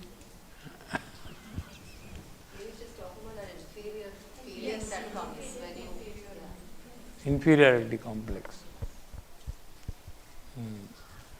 वो भी चला जाएगा, क्योंकि आप ही परमात्मा हो ऐसा पता चल गया ना, तो वो भी ठीक हो जाएगा, दूसरा का भी ठीक हो जाएगा, सब ठीक हो जाएगा. इंफीरियरिटी कॉम्प्लेक्स चला जाएगा, सुपीरियरिटी कॉम्प्लेक्स भी चला जाएगा, दोनों कॉम्प्लेक्स चला जाएगा. और अंदर में कॉन्फिडेंस बढ़ जाएगा. कॉम्प्लेक्स के कारण से कॉन्फिडेंस टूट जाता है ना, इंफीरियरिटी, वो सब खत्म हो जाएगा. સાહેબજી, ખાલી થોડુંક સમજવું તો વધારે આમાં આવ્યું કે શુદ્ધ ભાવ અબંધ ભાવ છે. તો આજે તો જેટલા પણ ભાવ કરું છું બધાનું એવું જ લાગે છે કે બંધન જ છે. તો એવો કેવો ભાવ છે નોઈંગમાં કે બંધન જ નથી? એટલે સમ્યક દર્શન થાય ત્યારે એ ભાવ પ્રગટ થાય છે. તે પહેલાં શુદ્ધ ભાવ અબંધ ભાવ નથી હોતો. સમ્યક જ્ઞાન થયું ત્યારે સમ્યક દર્શન અને સમ્યક જ્ઞાન એક સાથે થાય છે ત્યારે જ્ઞાની થાય, અને જ્ઞાનીને બે ભાવ ચાલુ છે, એક બંધ ભાવ ને એક અબંધ ભાવ, એક જ સાથે બે ભાવ ચાલુ છે. જે ભાવ પર ઉપર લક્ષથી થાય છે, કુટુંબ પરિવાર આદિના લક્ષથી જે અંદરમાં ભાવ થાય, કે દેવગુરુ શાસ્ત્રના લક્ષથી જે ભાવ અંદરમાં થાય, એવા પુણ્ય અને પાપના ભાવો એ બંધ ભાવ છે. એમાં અલ્પ બંધ છે જ્ઞાનીને. અને જે ભાવ આત્માના આધારથી શુદ્ધતાનો ભાવ 24 કલાક ચાલુ છે એટલું નહીં, વધે છે, એ ભાવ અબંધ ભાવ છે. અને એ મોક્ષનું કારણ છે, એ એને મોક્ષ તરફ લઈ જાય છે. તો એ ભાવ સુખનો ભાવ છે, એ સુખ ભાવ છે એની સાથે સાથે છે. શુદ્ધ ભાવ જે છે, વિતરાગી ભાવ, એની સાથે સુખનો જ ભાવ હોય, અને રાગનો ભાવ છે એની સાથે દુઃખનો જ ભાવ હોય. આમ ગુણ અલગ છે, પણ એ ગુણ એ રીતે જ ફંક્શન કરે છે. જ્યારે રાગદ્વેષ હોય ત્યારે સુખ ગુણમાં દુઃખનું જ પરિણમન હોય, જ્યારે વિતરાગતા હોય ત્યારે સુખ ગુણમાં સુખનું જ પરિણમન હોય.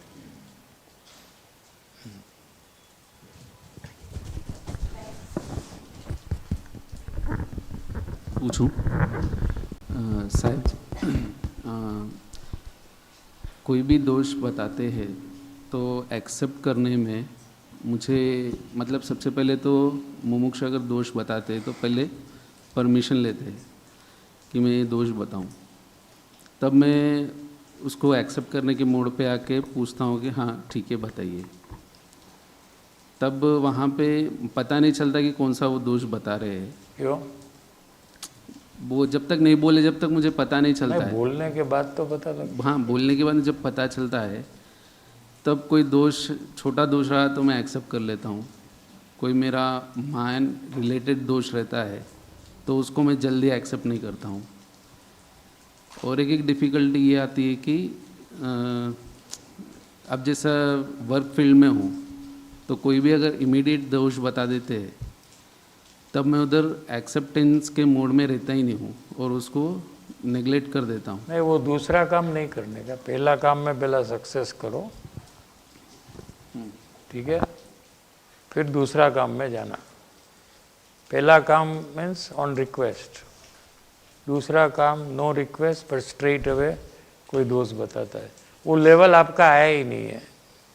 जो पहले वाला लेवल से पास होगा तो ही दूसरे लेवल में आएगा. ठीक है, तो पहले लेवल का डिस्कशन कर सकते हैं, अभी करना है तो करना है. तो दोस्त है, आप कहते हो कि कोई दोस्त छोटे हैं और कोई दोस्त बड़े हैं, ऐसा है ही नहीं. क्या दोस्त खून करने का भी हो, वो छोटा है, आप उससे तो कम है ना आपका दोस्त. हाँ, उससे तो कम है. हाँ, सब आपका बड़ा वाला भी उससे तो छोटा है ना. किसी का खून करना, ऐसा जो दोष है, ये भी छोटे में छोटा दोष है. लेकिन वो दोष का स्वीकार नहीं करना ना, वो करोड़ों खून जितना बड़ा दोष है. अभी बड़ा दोष कौन सा है, छोटा कौन सा है, आप नक्की कर लो. एक्सेप्ट नहीं करना वो सबसे बड़ा दोष है. वो 100 खून 1000 खून जितना बड़ा है.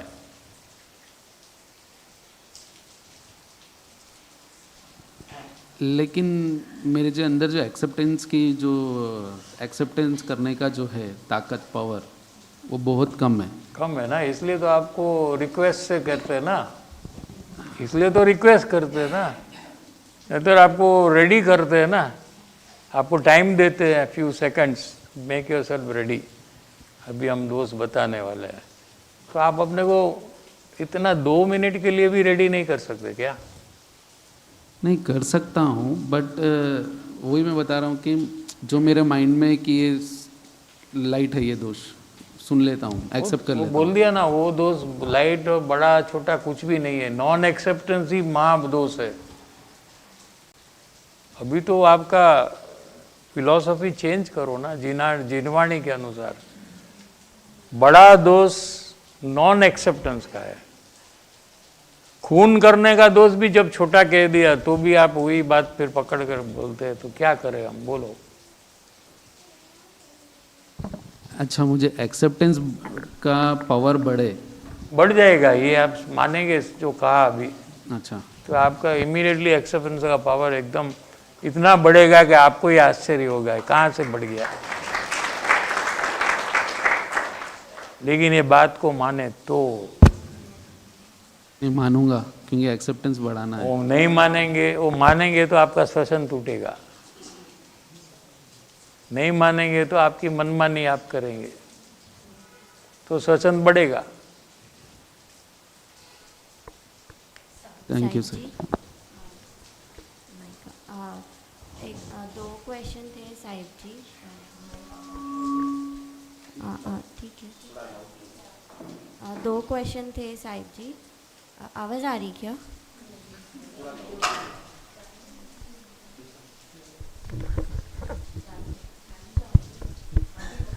हाँ, तो एक क्वेश्चन ऐसे था जो पहले से इम्प्रूवमेंट जो अगर मेरे को खुद में लगता है तो उसका जो अभिमान होता है वहाँ पर, तो कभी ऐसे खुद में खुशी के भी भाव होते कि पहले ये प्रयोग समझ नहीं आ रहा था, अब थोड़ा कर पा रही हूँ, तो वो भी अभिमान में जाता है क्या साहिब जी?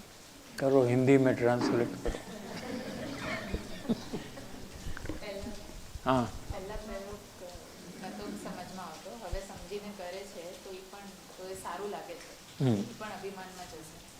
सारू लागे एम अभिमान नहीं।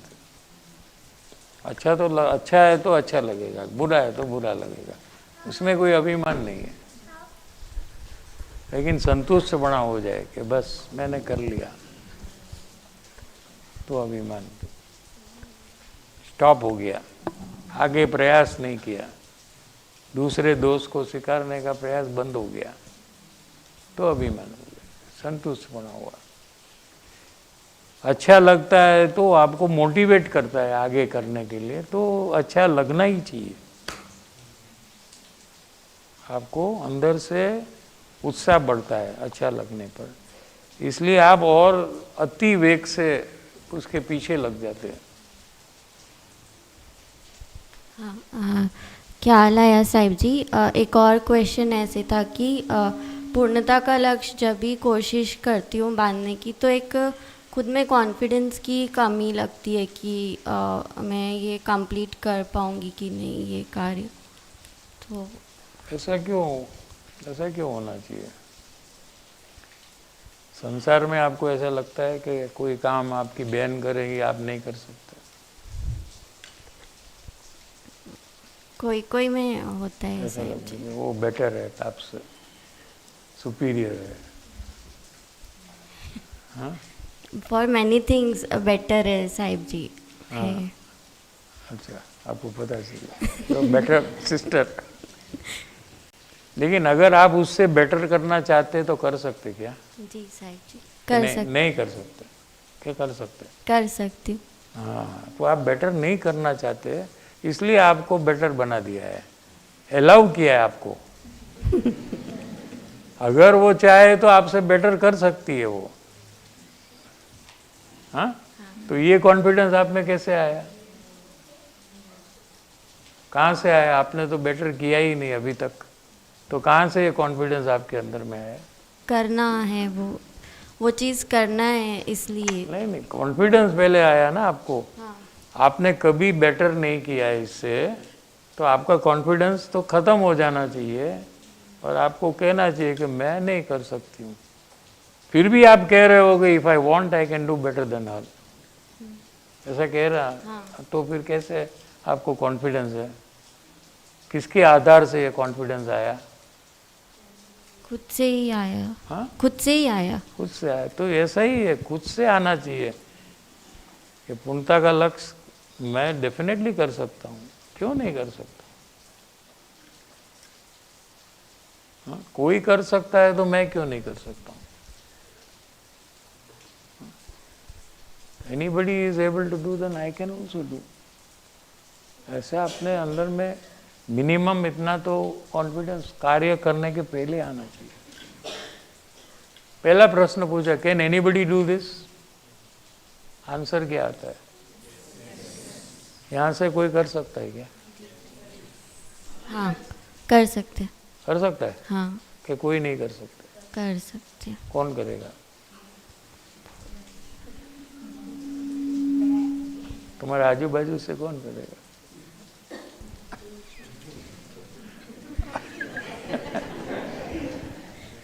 पिंकी दीदी। हाँ, पिंकी दीदी। ये आए करेगा। और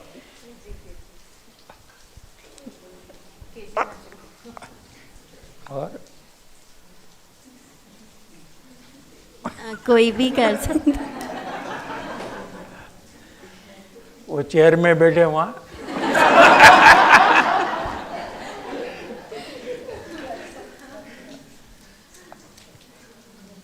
चेयर वाले नहीं कोई।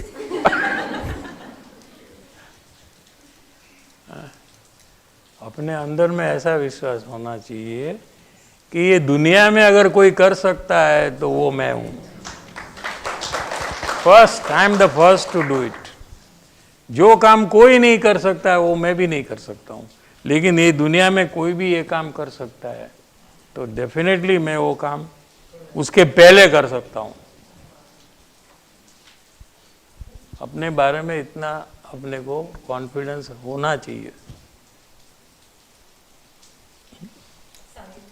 क्योंकि अपने अंदर में जो आत्मा है उसका आप इंसल्ट कर रहे हो, ये आपको पता नहीं है। अनंत शक्ति वाला आत्मा है, वो कहता है कि माराથી નો થાય આ બધું। તો તમે પરમેશ્વર જે છે અંદરમાં અનંત શક્તિવાળો આત્મા એનો અનાદર કરો છો, ન થાય એમ વિચારીને। ये आपको पता नहीं है। ये निगोद में जाने का कारण ये है, लो सीधा, कि अपना परमेश्वर पद को आपने हीन समझा। क्या माराથી नो था डिक्शनरी में से निकाल दो। हाँ, मुझे नहीं करना है, ऐसा रखो। क्यों नहीं किया? मुझे नहीं करना है। जब भी मैं चाहूँगा तभी मैं कर ही रहूँगा। आज तक क्यों? कि मुझे नहीं करना था, इसलिए मैंने नहीं किया। लेकिन मेरे से नहीं होगा ये तो बात डिक्शनरी में से निकाल दो।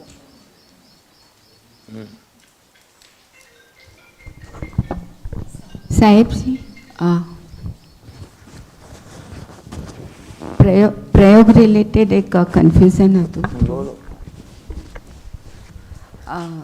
જે પ્રયોગ હમણાં કરવાનો હતો તો એમાં એવું થયું કે રાગ દ્વેષના જે પરિણામ કેચ કરવાના હતા તો ત્યાં સુધી પહોંચવાનું થયું, અને પછી ત્યાંથી જે નેક્સ્ટ લેવલમાં જવાનું હતું ત્યાં મને કોન્ફિડન્સ, મતલબ તે ફોકસ જોઈતું હતું, એ ફોકસ હું ન ડેવલપ કરી શકી ત્યાં, અને એના પછી રિવર્સ આવી અને એના જે એનાથી નાના લેવલનું કાર્ય હતું કે જે રસ તોડવાનો પ્રયાસ હતો કે સ્વીટની સાથે મરચું ખાવાનું કે સ્વીટમાં દાળ ભાત મિક્સ કરીને ખાવાનું, કે આ જે લખ્યું છે કે તમને યાદ છે? દાળ ભાત ને બધું લખીને લાવ્યા છો?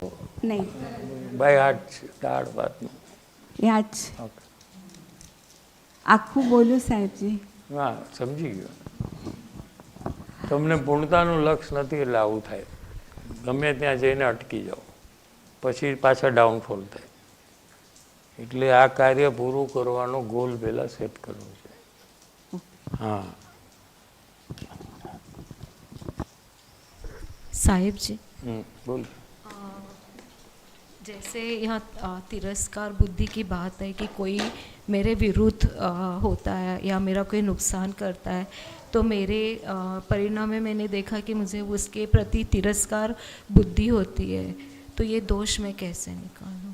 ये दोष, वो ये जो आपका नुकसान हो रहा है वो आपके पाप कर्म से हो रहा है, वो व्यक्ति से नहीं हो रहा है। हम भी कितने लोग के लिए चाहते हैं कि इसका नुकसान हो, लेकिन उसका कुछ होता ही नहीं है। कि बराबर है ना? हम किसको पसंद नहीं करते हैं तो उसके बारे में हम क्या सोचते हैं? इसको परेशानी होना चाहिए, ये दुखी होना चाहिए। जनरल बात है, आपका नहीं है। आप तो बुरा नहीं सोचते दूसरे का। ये जनरल बात मैं कर रहा हूँ कि क्या होता है जनरली कि कोई अपना विरुद्ध में होता है तो उसको तकलीफ होती तो हमको खुशी होती है, उसको कोई अच्छी चीज़ मिलती है तो हमें तकलीफ होती है। ठीक है ना? तो एक्चुअली क्या है कि आपका पाप का उदय रहेगा तो आपको नुकसान होगा। सामने वाले की इच्छा से आपको कभी नुकसान नहीं होता है।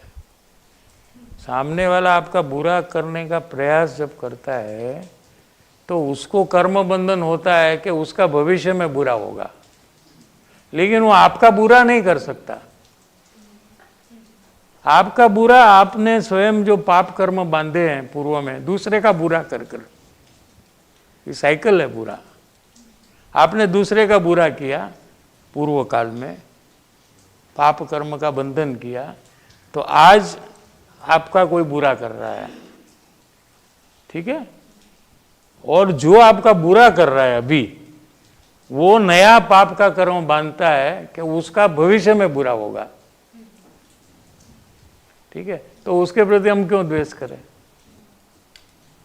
मेरा ही बांधा हुआ कर्म है तो मेरा ही किया हुआ है, मैंने किसी का किया था, आज मेरा टर्न आया, तो ये टर्न आया तो मैं अगर वापस वो व्यक्ति के पर द्वेष करूं तो क्या होता है कि इसी प्रकार का हजारों बार आपको ये उदय हजारों बार आएगा, ऐसा नया कर्म बंधन होता है।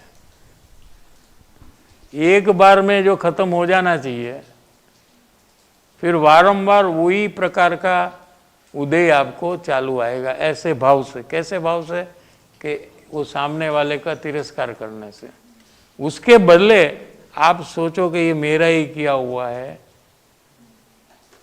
और आप उसके प्रति तिरस्कार नहीं करो, तो ये कर्म खत्म हो जाता है यहाँ, और आगे जाकर ये कर्म आपको सताएगा नहीं। ये कर्म का विज्ञान है। थैंक यू साहिब जी।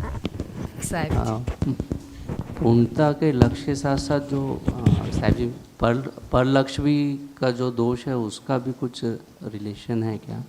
पर लक्ष्य ये अलग शब्द है, पर लक्ष्य व लक्ष्य वो बात नहीं है। पूर्णता माने टारगेट्स का बात है, पर लक्ष्य माने पर को जानना, वो अलग चीज़ है। टारगेट और जानना दोनों अलग है ना। हाँ, ऐसा जैसे आप बिजनेस करते हो तो आप टारगेट है 1 साल के बाद इतना प्रॉफिट या टर्नओवर होना, और बिजनेस में आप ज्ञान में जान रहे हो, माल लेना बेचना, वो दोनों अलग एक्टिविटी है, दोनों एक नहीं है। दोनों को आप एक मत समझो, वो तो 1 साल के बाद का है, और अभी आप बिजनेस में ज्ञान लगा वो वर्तमान है। तो यहाँ पूर्णता का लक्ष्य माने पूर्ण सुखी होने का लक्ष्य, ऐसा।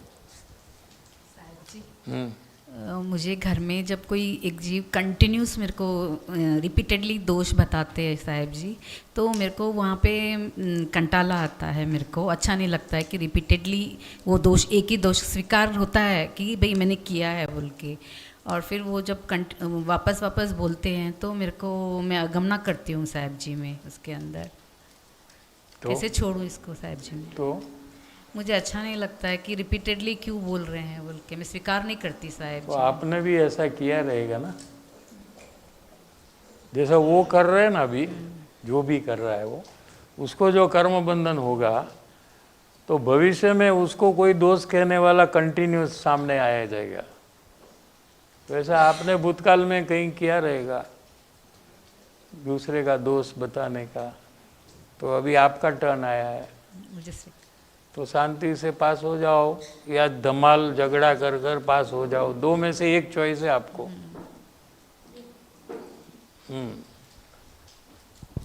साहिब जी ऑनलाइन 2 क्वेश्चन है, ले सकते हैं। राधिका बेन का प्रश्न है, सर्व के प्रति दासत्व भाव की बात आई।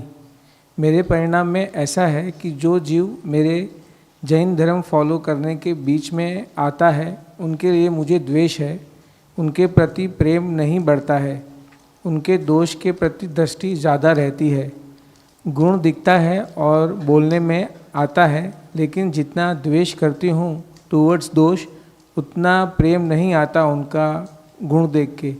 तो क्या यह लैक ऑफ दासत्व भाव है? इसको कैसे मिटाना? ये लैक ऑफ दासत्व भाव ही है। में क्या है कि कोई भी जीव जैन धर्म का विरोध करता है, ठीक है, तो वो उसकी अणसमझ से करता है, उसको पता नहीं है कि वो क्या कर रहा है, उसका फल का भी उसको पता नहीं है। क्या ऐसा कोई फैसिलिटी नहीं है कि उसका एक वीडियो बता दे उसको, ये तुम करते हो ना, देख लो, तुम नरक में ये जगह में जाओगे, ऐसा कोई फैसिलिटी नहीं है कि उसको हम बता सकते हैं, माने उसको पता नहीं है, ठीक है, तो वो दोष कर रहा है, तो उसका फल उसको तो भविष्य में बहुत तकलीफ वाला होने वाला है, ठीक है, तो उसके प्रति हम क्यों तिरस्कार करें? ऑलरेडी वो तकलीफ में आने वाला है, बड़ी तकलीफ में, ठीक है। लेकिन उसने जो विरोध किया है, ऐसे दोष का निषेध करो, लेकिन उसके आत्मा का निषेध नहीं करना। और दोष है आत्मा का एक छोटा पार्ट है, पूरा आत्मा नहीं है वो, क्योंकि वो आता है वो चला जाता है, आत्मा तो रह जाता है। क्या समझ में आ रहा है कि नहीं? तो दोष के निषेध में दोषित आत्मा का निषेध कभी नहीं होना चाहिए। वो आत्मा तो परमात्मा ही है, लेकिन वो भूल गया है कि वो परमात्मा है, इसलिए वो दोष कर रहा है। समझ में आया? तो उसके प्रति हमको तिरस्कार क्यों हो? किसी ने भूल से गलती कर दी तो उसके प्रति हमको तिरस्कार नहीं होता है, जानबूझकर करता है तो उसके प्रति होता है। वो भूल गया कि मैं परमात्मा हूँ, क्या? और उसको जैन धर्म के बारे में कुछ पता नहीं है। पक्षा पक्षी में जो जिस धर्म में जन्मता है वही धर्म को वो सत्य मानता है और दूसरे धर्म को गलत मानता है, फिर वो जैन हो कि मुसलमान हो कि हिंदू हो। समझ में? तो उसका दोष का निषेध हो वहाँ तक बराबर है, लेकिन उसके आत्मा का निषेध कभी नहीं होना चाहिए। वो तो परमात्मा स्वरूप ही है। वो થઈ શકે કે નહીં કે અઘરું છે? हाँ, क्योंकि दोष एक छोटा भाग है, अपने आत्मा में अनंत गुण है। कितने गुण है? तीन काल से अधिक गुण, एक समय जितना है उससे भी अधिक है, ठीक है। उसमें एक गुण, अनंत में से एक गुण, ठीक है, जिसका नाम चारित्र गुण है, ठीक है। वो चारित्र गुण में भी अनादि अनंत कितनी पर्याय रहेगी? उसमें से एक पर्याय जिसमें ये दोष हुआ है। तो पूरे आत्मा की अपेक्षा से ये दोष कितना छोटा है, हाँ? तो पूरा आत्मा कोई दोषित नहीं हुआ है उसका, ठीक है। वो भी चेंज हो जाएंगे एक दिन, जैसे हम भी चेंज हुए ना। हम भी, हमारे में भी कितने लोग विरोध करते थे और विरोध छोड़कर फिर आराधना में आ गए। और इतिहास तो ये है कि जैन दर्शन के विरोधी बदलकर सम्यक दृष्टि हो जाते हैं। ऐसा तो इतिहास है अपना कि કેટલા વિરોધ કરવા આવ્યા હોય, કોઈ ચોર હોય, કોઈ ખૂની હોય, અને એ તરત જ સમજી જાય, એક જ વાર સાંભળે એમાં એ સમજી જાય, ઓહો, અને इसको महिमा हो जाता है जैन दर्शन का इतना कि वो तुरंत अपना काम पूरा कर लेता है। पहले ऐसे जोर वाला तो है, वो विरोधी भी जोर वाले होते हैं। विरोध करने में भी पावर चाहिए ना, डरपोक है वो विरोध नहीं आ सकता ना, वो एकदम पावरफुल होता है विरोधी भी, हाँ। लेकिन वो गलत डायरेक्शन में जा रहा है। जब उसको सच्चा बोध मिलता है तो डायरेक्शन चेंज हो जाता है। पावर तो पावर है, क्या समझ में आ रहा है? तो वो पावर यहाँ लगता है तो उसको इमीडिएटली सम्यक दर्शन हो जाता है उसको, हाँ हाँ हाँ। सैनिक राजा का तो बहुत उत्कृष्ट उदाहरण है, आपको मालूम रहेगा सबको। बौद्ध मती थे, बौद्ध धर्म का पालन करते थे, राजा थे, क्षत्रिय थे। आपने सुना है सैनिक राजा, जो पहले तीर्थंकर होने वाले हैं, महापद्मा, हाँ? उसके सुना है? थोड़ा और ऐड कर देते तो पूर्व में वो यहाँ थे, राजा, क्षत्रिय राजा थे। और राजा है, उसको शिकार का शौक रहता है, हंटिंग का, तो वो शिकार पे जाते थे। बौद्ध धर्म का पालन करते थे, उनकी वाइफ थी वो सम्यक दृष्टि थी, चेलना है ना, इसके घर में चेलना, श्रेणिक और चेलना, वो सम्यक दृष्टि थी और ये शिकार पे जाते थे और जैन धर्म के विरोधी थे। अपने पहले तीर्थंकर अगले, उसकी कथा चल रही है, हाँ? तो वो शिकार करते करते जब वापस राज्य में आए तो उन्होंने एक साधु को ध्यान में बैठे हुए देखा, जैन साधु, वो ध्यान में बैठे थे। तो उसको पहले अंदर से तो द्वेष था, हाँ? नाटक करे होटा અહીંયા બેસીને ધ્યાન, શું ધ્યાન, અંદરમાં તો બધું ચાલતું હશે એનું, अभी दिखाता हूँ। द्वेष बढ़ गया तो वहाँ मरा हुआ एक सांप था, उसको लेकर गले में डाल दिया और फिर घर आ गए। फिर उनके वाइफ को बोला, तेरा है ना वो गुरु पाखंडी है, वो जाकर देख कभी उसका ध्यान का क्या हुआ है। तो आपने क्या किया? तो मैंने तो ये मरा हुआ सांप उसके गले में डाल, जिंदा सांप नहीं डाला हूँ, मरा हुआ डाला। गए दोनों कि चलो आप, तो गए, देखा वहाँ तो सांप में चींटी हो गई थी सब, और हजारों चींटी पूरे सर में, और मुनिराज ध्यान में थे एकदम। तो ये नमस्कार चेलना रानी ने किया तो मुनिराज ध्यान से बाहर आए और दोनों को आशीर्वाद दिया। वो तुरंत श्रेणिक राजा को अंदर में परिवर्तन हो गया कि ये तो मैं विरोध कर रहा हूँ और ये मुझे आशीर्वाद दे रहा है, क्या इसको जरा भी द्वेष नहीं है मेरे प्रति। इमीडिएटली चेंज हो गया, जैन धर्म का पालन चालू कर दिया, सम्यक दर्शन प्राप्त कर लिया। लेकिन नरक का आयु ऑलरेडी बंध गया था, 2/3 रहता है ना आयुष्य आपका, समझो 90 साल का है, कोई मर गया 90 साल को, तो उसको 60 साल है ना 2/3, तभी उसका आयुष्य का बंधन होता है अगले भव का। श्रेणिक राजा का नरक का बंध गया था, 7वीं नरक का बंध गया था, कितना 33 सागर का आयुष्य नरक का, उसका बंधन हो गया था।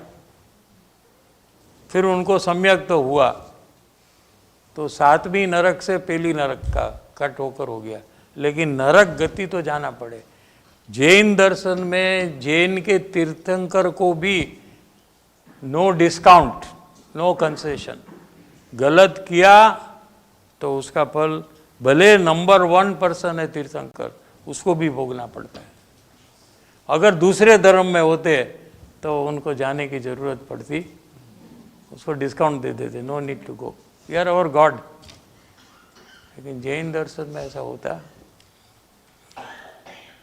बोलो तो कहाँ से कहाँ हुआ देखो, विरोधी में से, गृहीत मिथ्यात्व में से, सम्यक्त, और उतना भी नहीं, तीर्थंकर गोत्र बांधते हैं, और पहले तीर्थंकर जैन के होने वाले, अगले 24 में पहले वो है।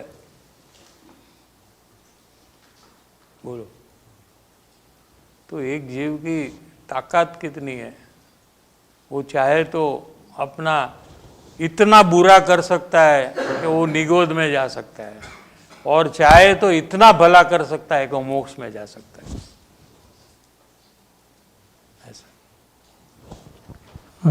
दूसरा प्रश्न पूनम जैन, सत्संग सुनते वक्त मेरा फोकस इधर उधर जाता रहता है, सो उसके लिए पॉइंट्स नोट करना स्टार्ट किया, बट जब पॉइंट्स नोट करती हूँ तो ऐसे लगता है मैंने समझ लिया और कितना अच्छा पॉइंट्स नोट किया है, वहाँ अभिमान करती हूँ, इस पे कैसे वर्क करना?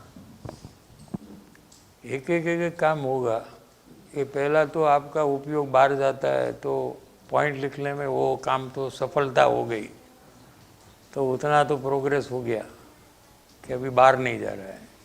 अभी दूसरा प्रॉब्लम चालू हुआ, साइड इफेक्ट्स होता है ना, ये लोग करते हैं, सब में साइड इफेक्ट्स। तो अभिमान चढ़ गया है, हाँ? तो अपने को सोचना कि अपने से कितने लोग आगे हैं, कितने लोग ने आत्मज्ञान प्राप्त किया है, और मैं तो खाली पॉइंट लिख रही हूँ, हाँ? कब मेरा काम मैं पूरा करूँगी, ऐसा विचारने से वो मान सब इवॉपरेट हो जाएगा वहाँ से। अपने से नीचे का विचार करें या अपनी पूर्व पर्याय से कंपेयर करें तो मान होता है, लेकिन अपने से आगे है उसका विचार करें तो मान इवॉपरेट हो जाता है एटमॉस्फेयर में। हाँ? लास्ट क्वेश्चन है। हेमाबिन का प्रश्न है, सर्व जीव के प्रति दासत्व भाव आना, इसमें क्या क्या लेना, स्वयं में चेक करना है तो क्या चेक पॉइंट होना चाहिए? वही तो किसी के आत्मा के प्रति हीन भाव, हल्का, मेरे से यूजलेस, बेकार, third rate, good for nothing, कितना शब्द दिया आपको, ऐसा भाव वो तिरस्कार भाव है, तो वात्सल्य उत्पन्न नहीं होगा। क्या ऐसे भाव छूट जाते हैं? जब यहाँ पहचान होती है तो वहाँ ऐसे भाव अपने आप छूट जाते हैं। पहचान के बिना प्रयत्न कितना भी करे तो इसमें फर्क कंप्लीटली आएगा नहीं।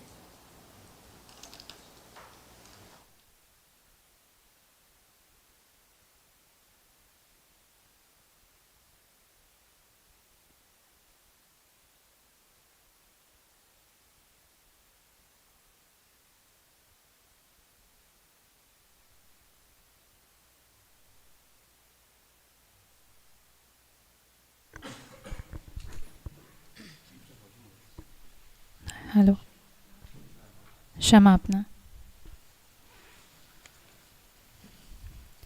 હે ભગવાન, હું બહુ ભૂલી ગયો।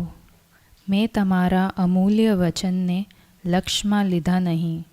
તમારા કહેલા અનુપમ તત્વનો મેં વિચાર કર્યો નહીં।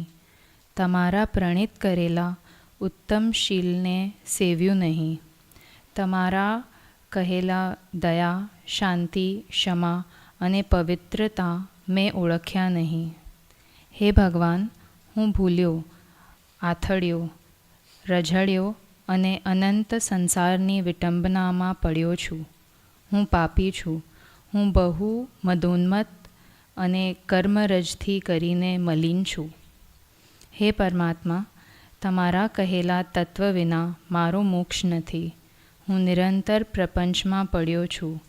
અજ્ઞાનથી અંધ થયો છું। મારામાં વિવેક શક્તિ નથી અને હું મૂઢ છું। હું નિરાશ્રિત છું, અનાથ છું। નિરાગી પરમાત્મા, હું હવે તમારા ધર્મનું અને તમારા મુનિનું શરણ ગ્રહું છું। મારા અપરાધ ક્ષય થઈ હું તે સર્વ પાપથી મુક્ત થઉં એ મારી અભિલાષા છે। આગળ કરેલા પાપોનો હું હવે પશ્ચાતાપ કરું છું। જેમ જેમ હું સૂક્ષ્મ વિચારથી ઊંડો ઉતરું છું તેમ તેમ તમારા તત્વના ચમત્કારો મારા સ્વરૂપનો પ્રકાશ કરે છે। તમે નિરાગી, નિર્વિકારી, સજ્જદાનંદ સ્વરૂપ, સહજાનંદી, અનંત જ્ઞાની, અનંતદર્શી અને ત્રૈલોક્ય પ્રકાશક છો। હું માત્ર મારા હિતને અર્થે તમારી સાક્ષીએ ક્ષમા ચાહું છું। એક પળ પણ તમારા કહેલા તત્વની શંકા ન થાય। તમારા કહેલા રસ્તામાં અહોરાત્ર હું રહું એ જ મારી આકાંક્ષા અને વૃત્તિ થાઓ। હે સર્વજ્ઞ ભગવાન, તમને હું વિશેષ શું કહું? તમારાથી કંઈ અજાણ્યું નથી। માત્ર પશ્ચાતાપથી હું કર્મજન્ય પાપની ક્ષમા ઈચ્છું છું। ઓમ શાંતિ શાંતિ શાંતિ।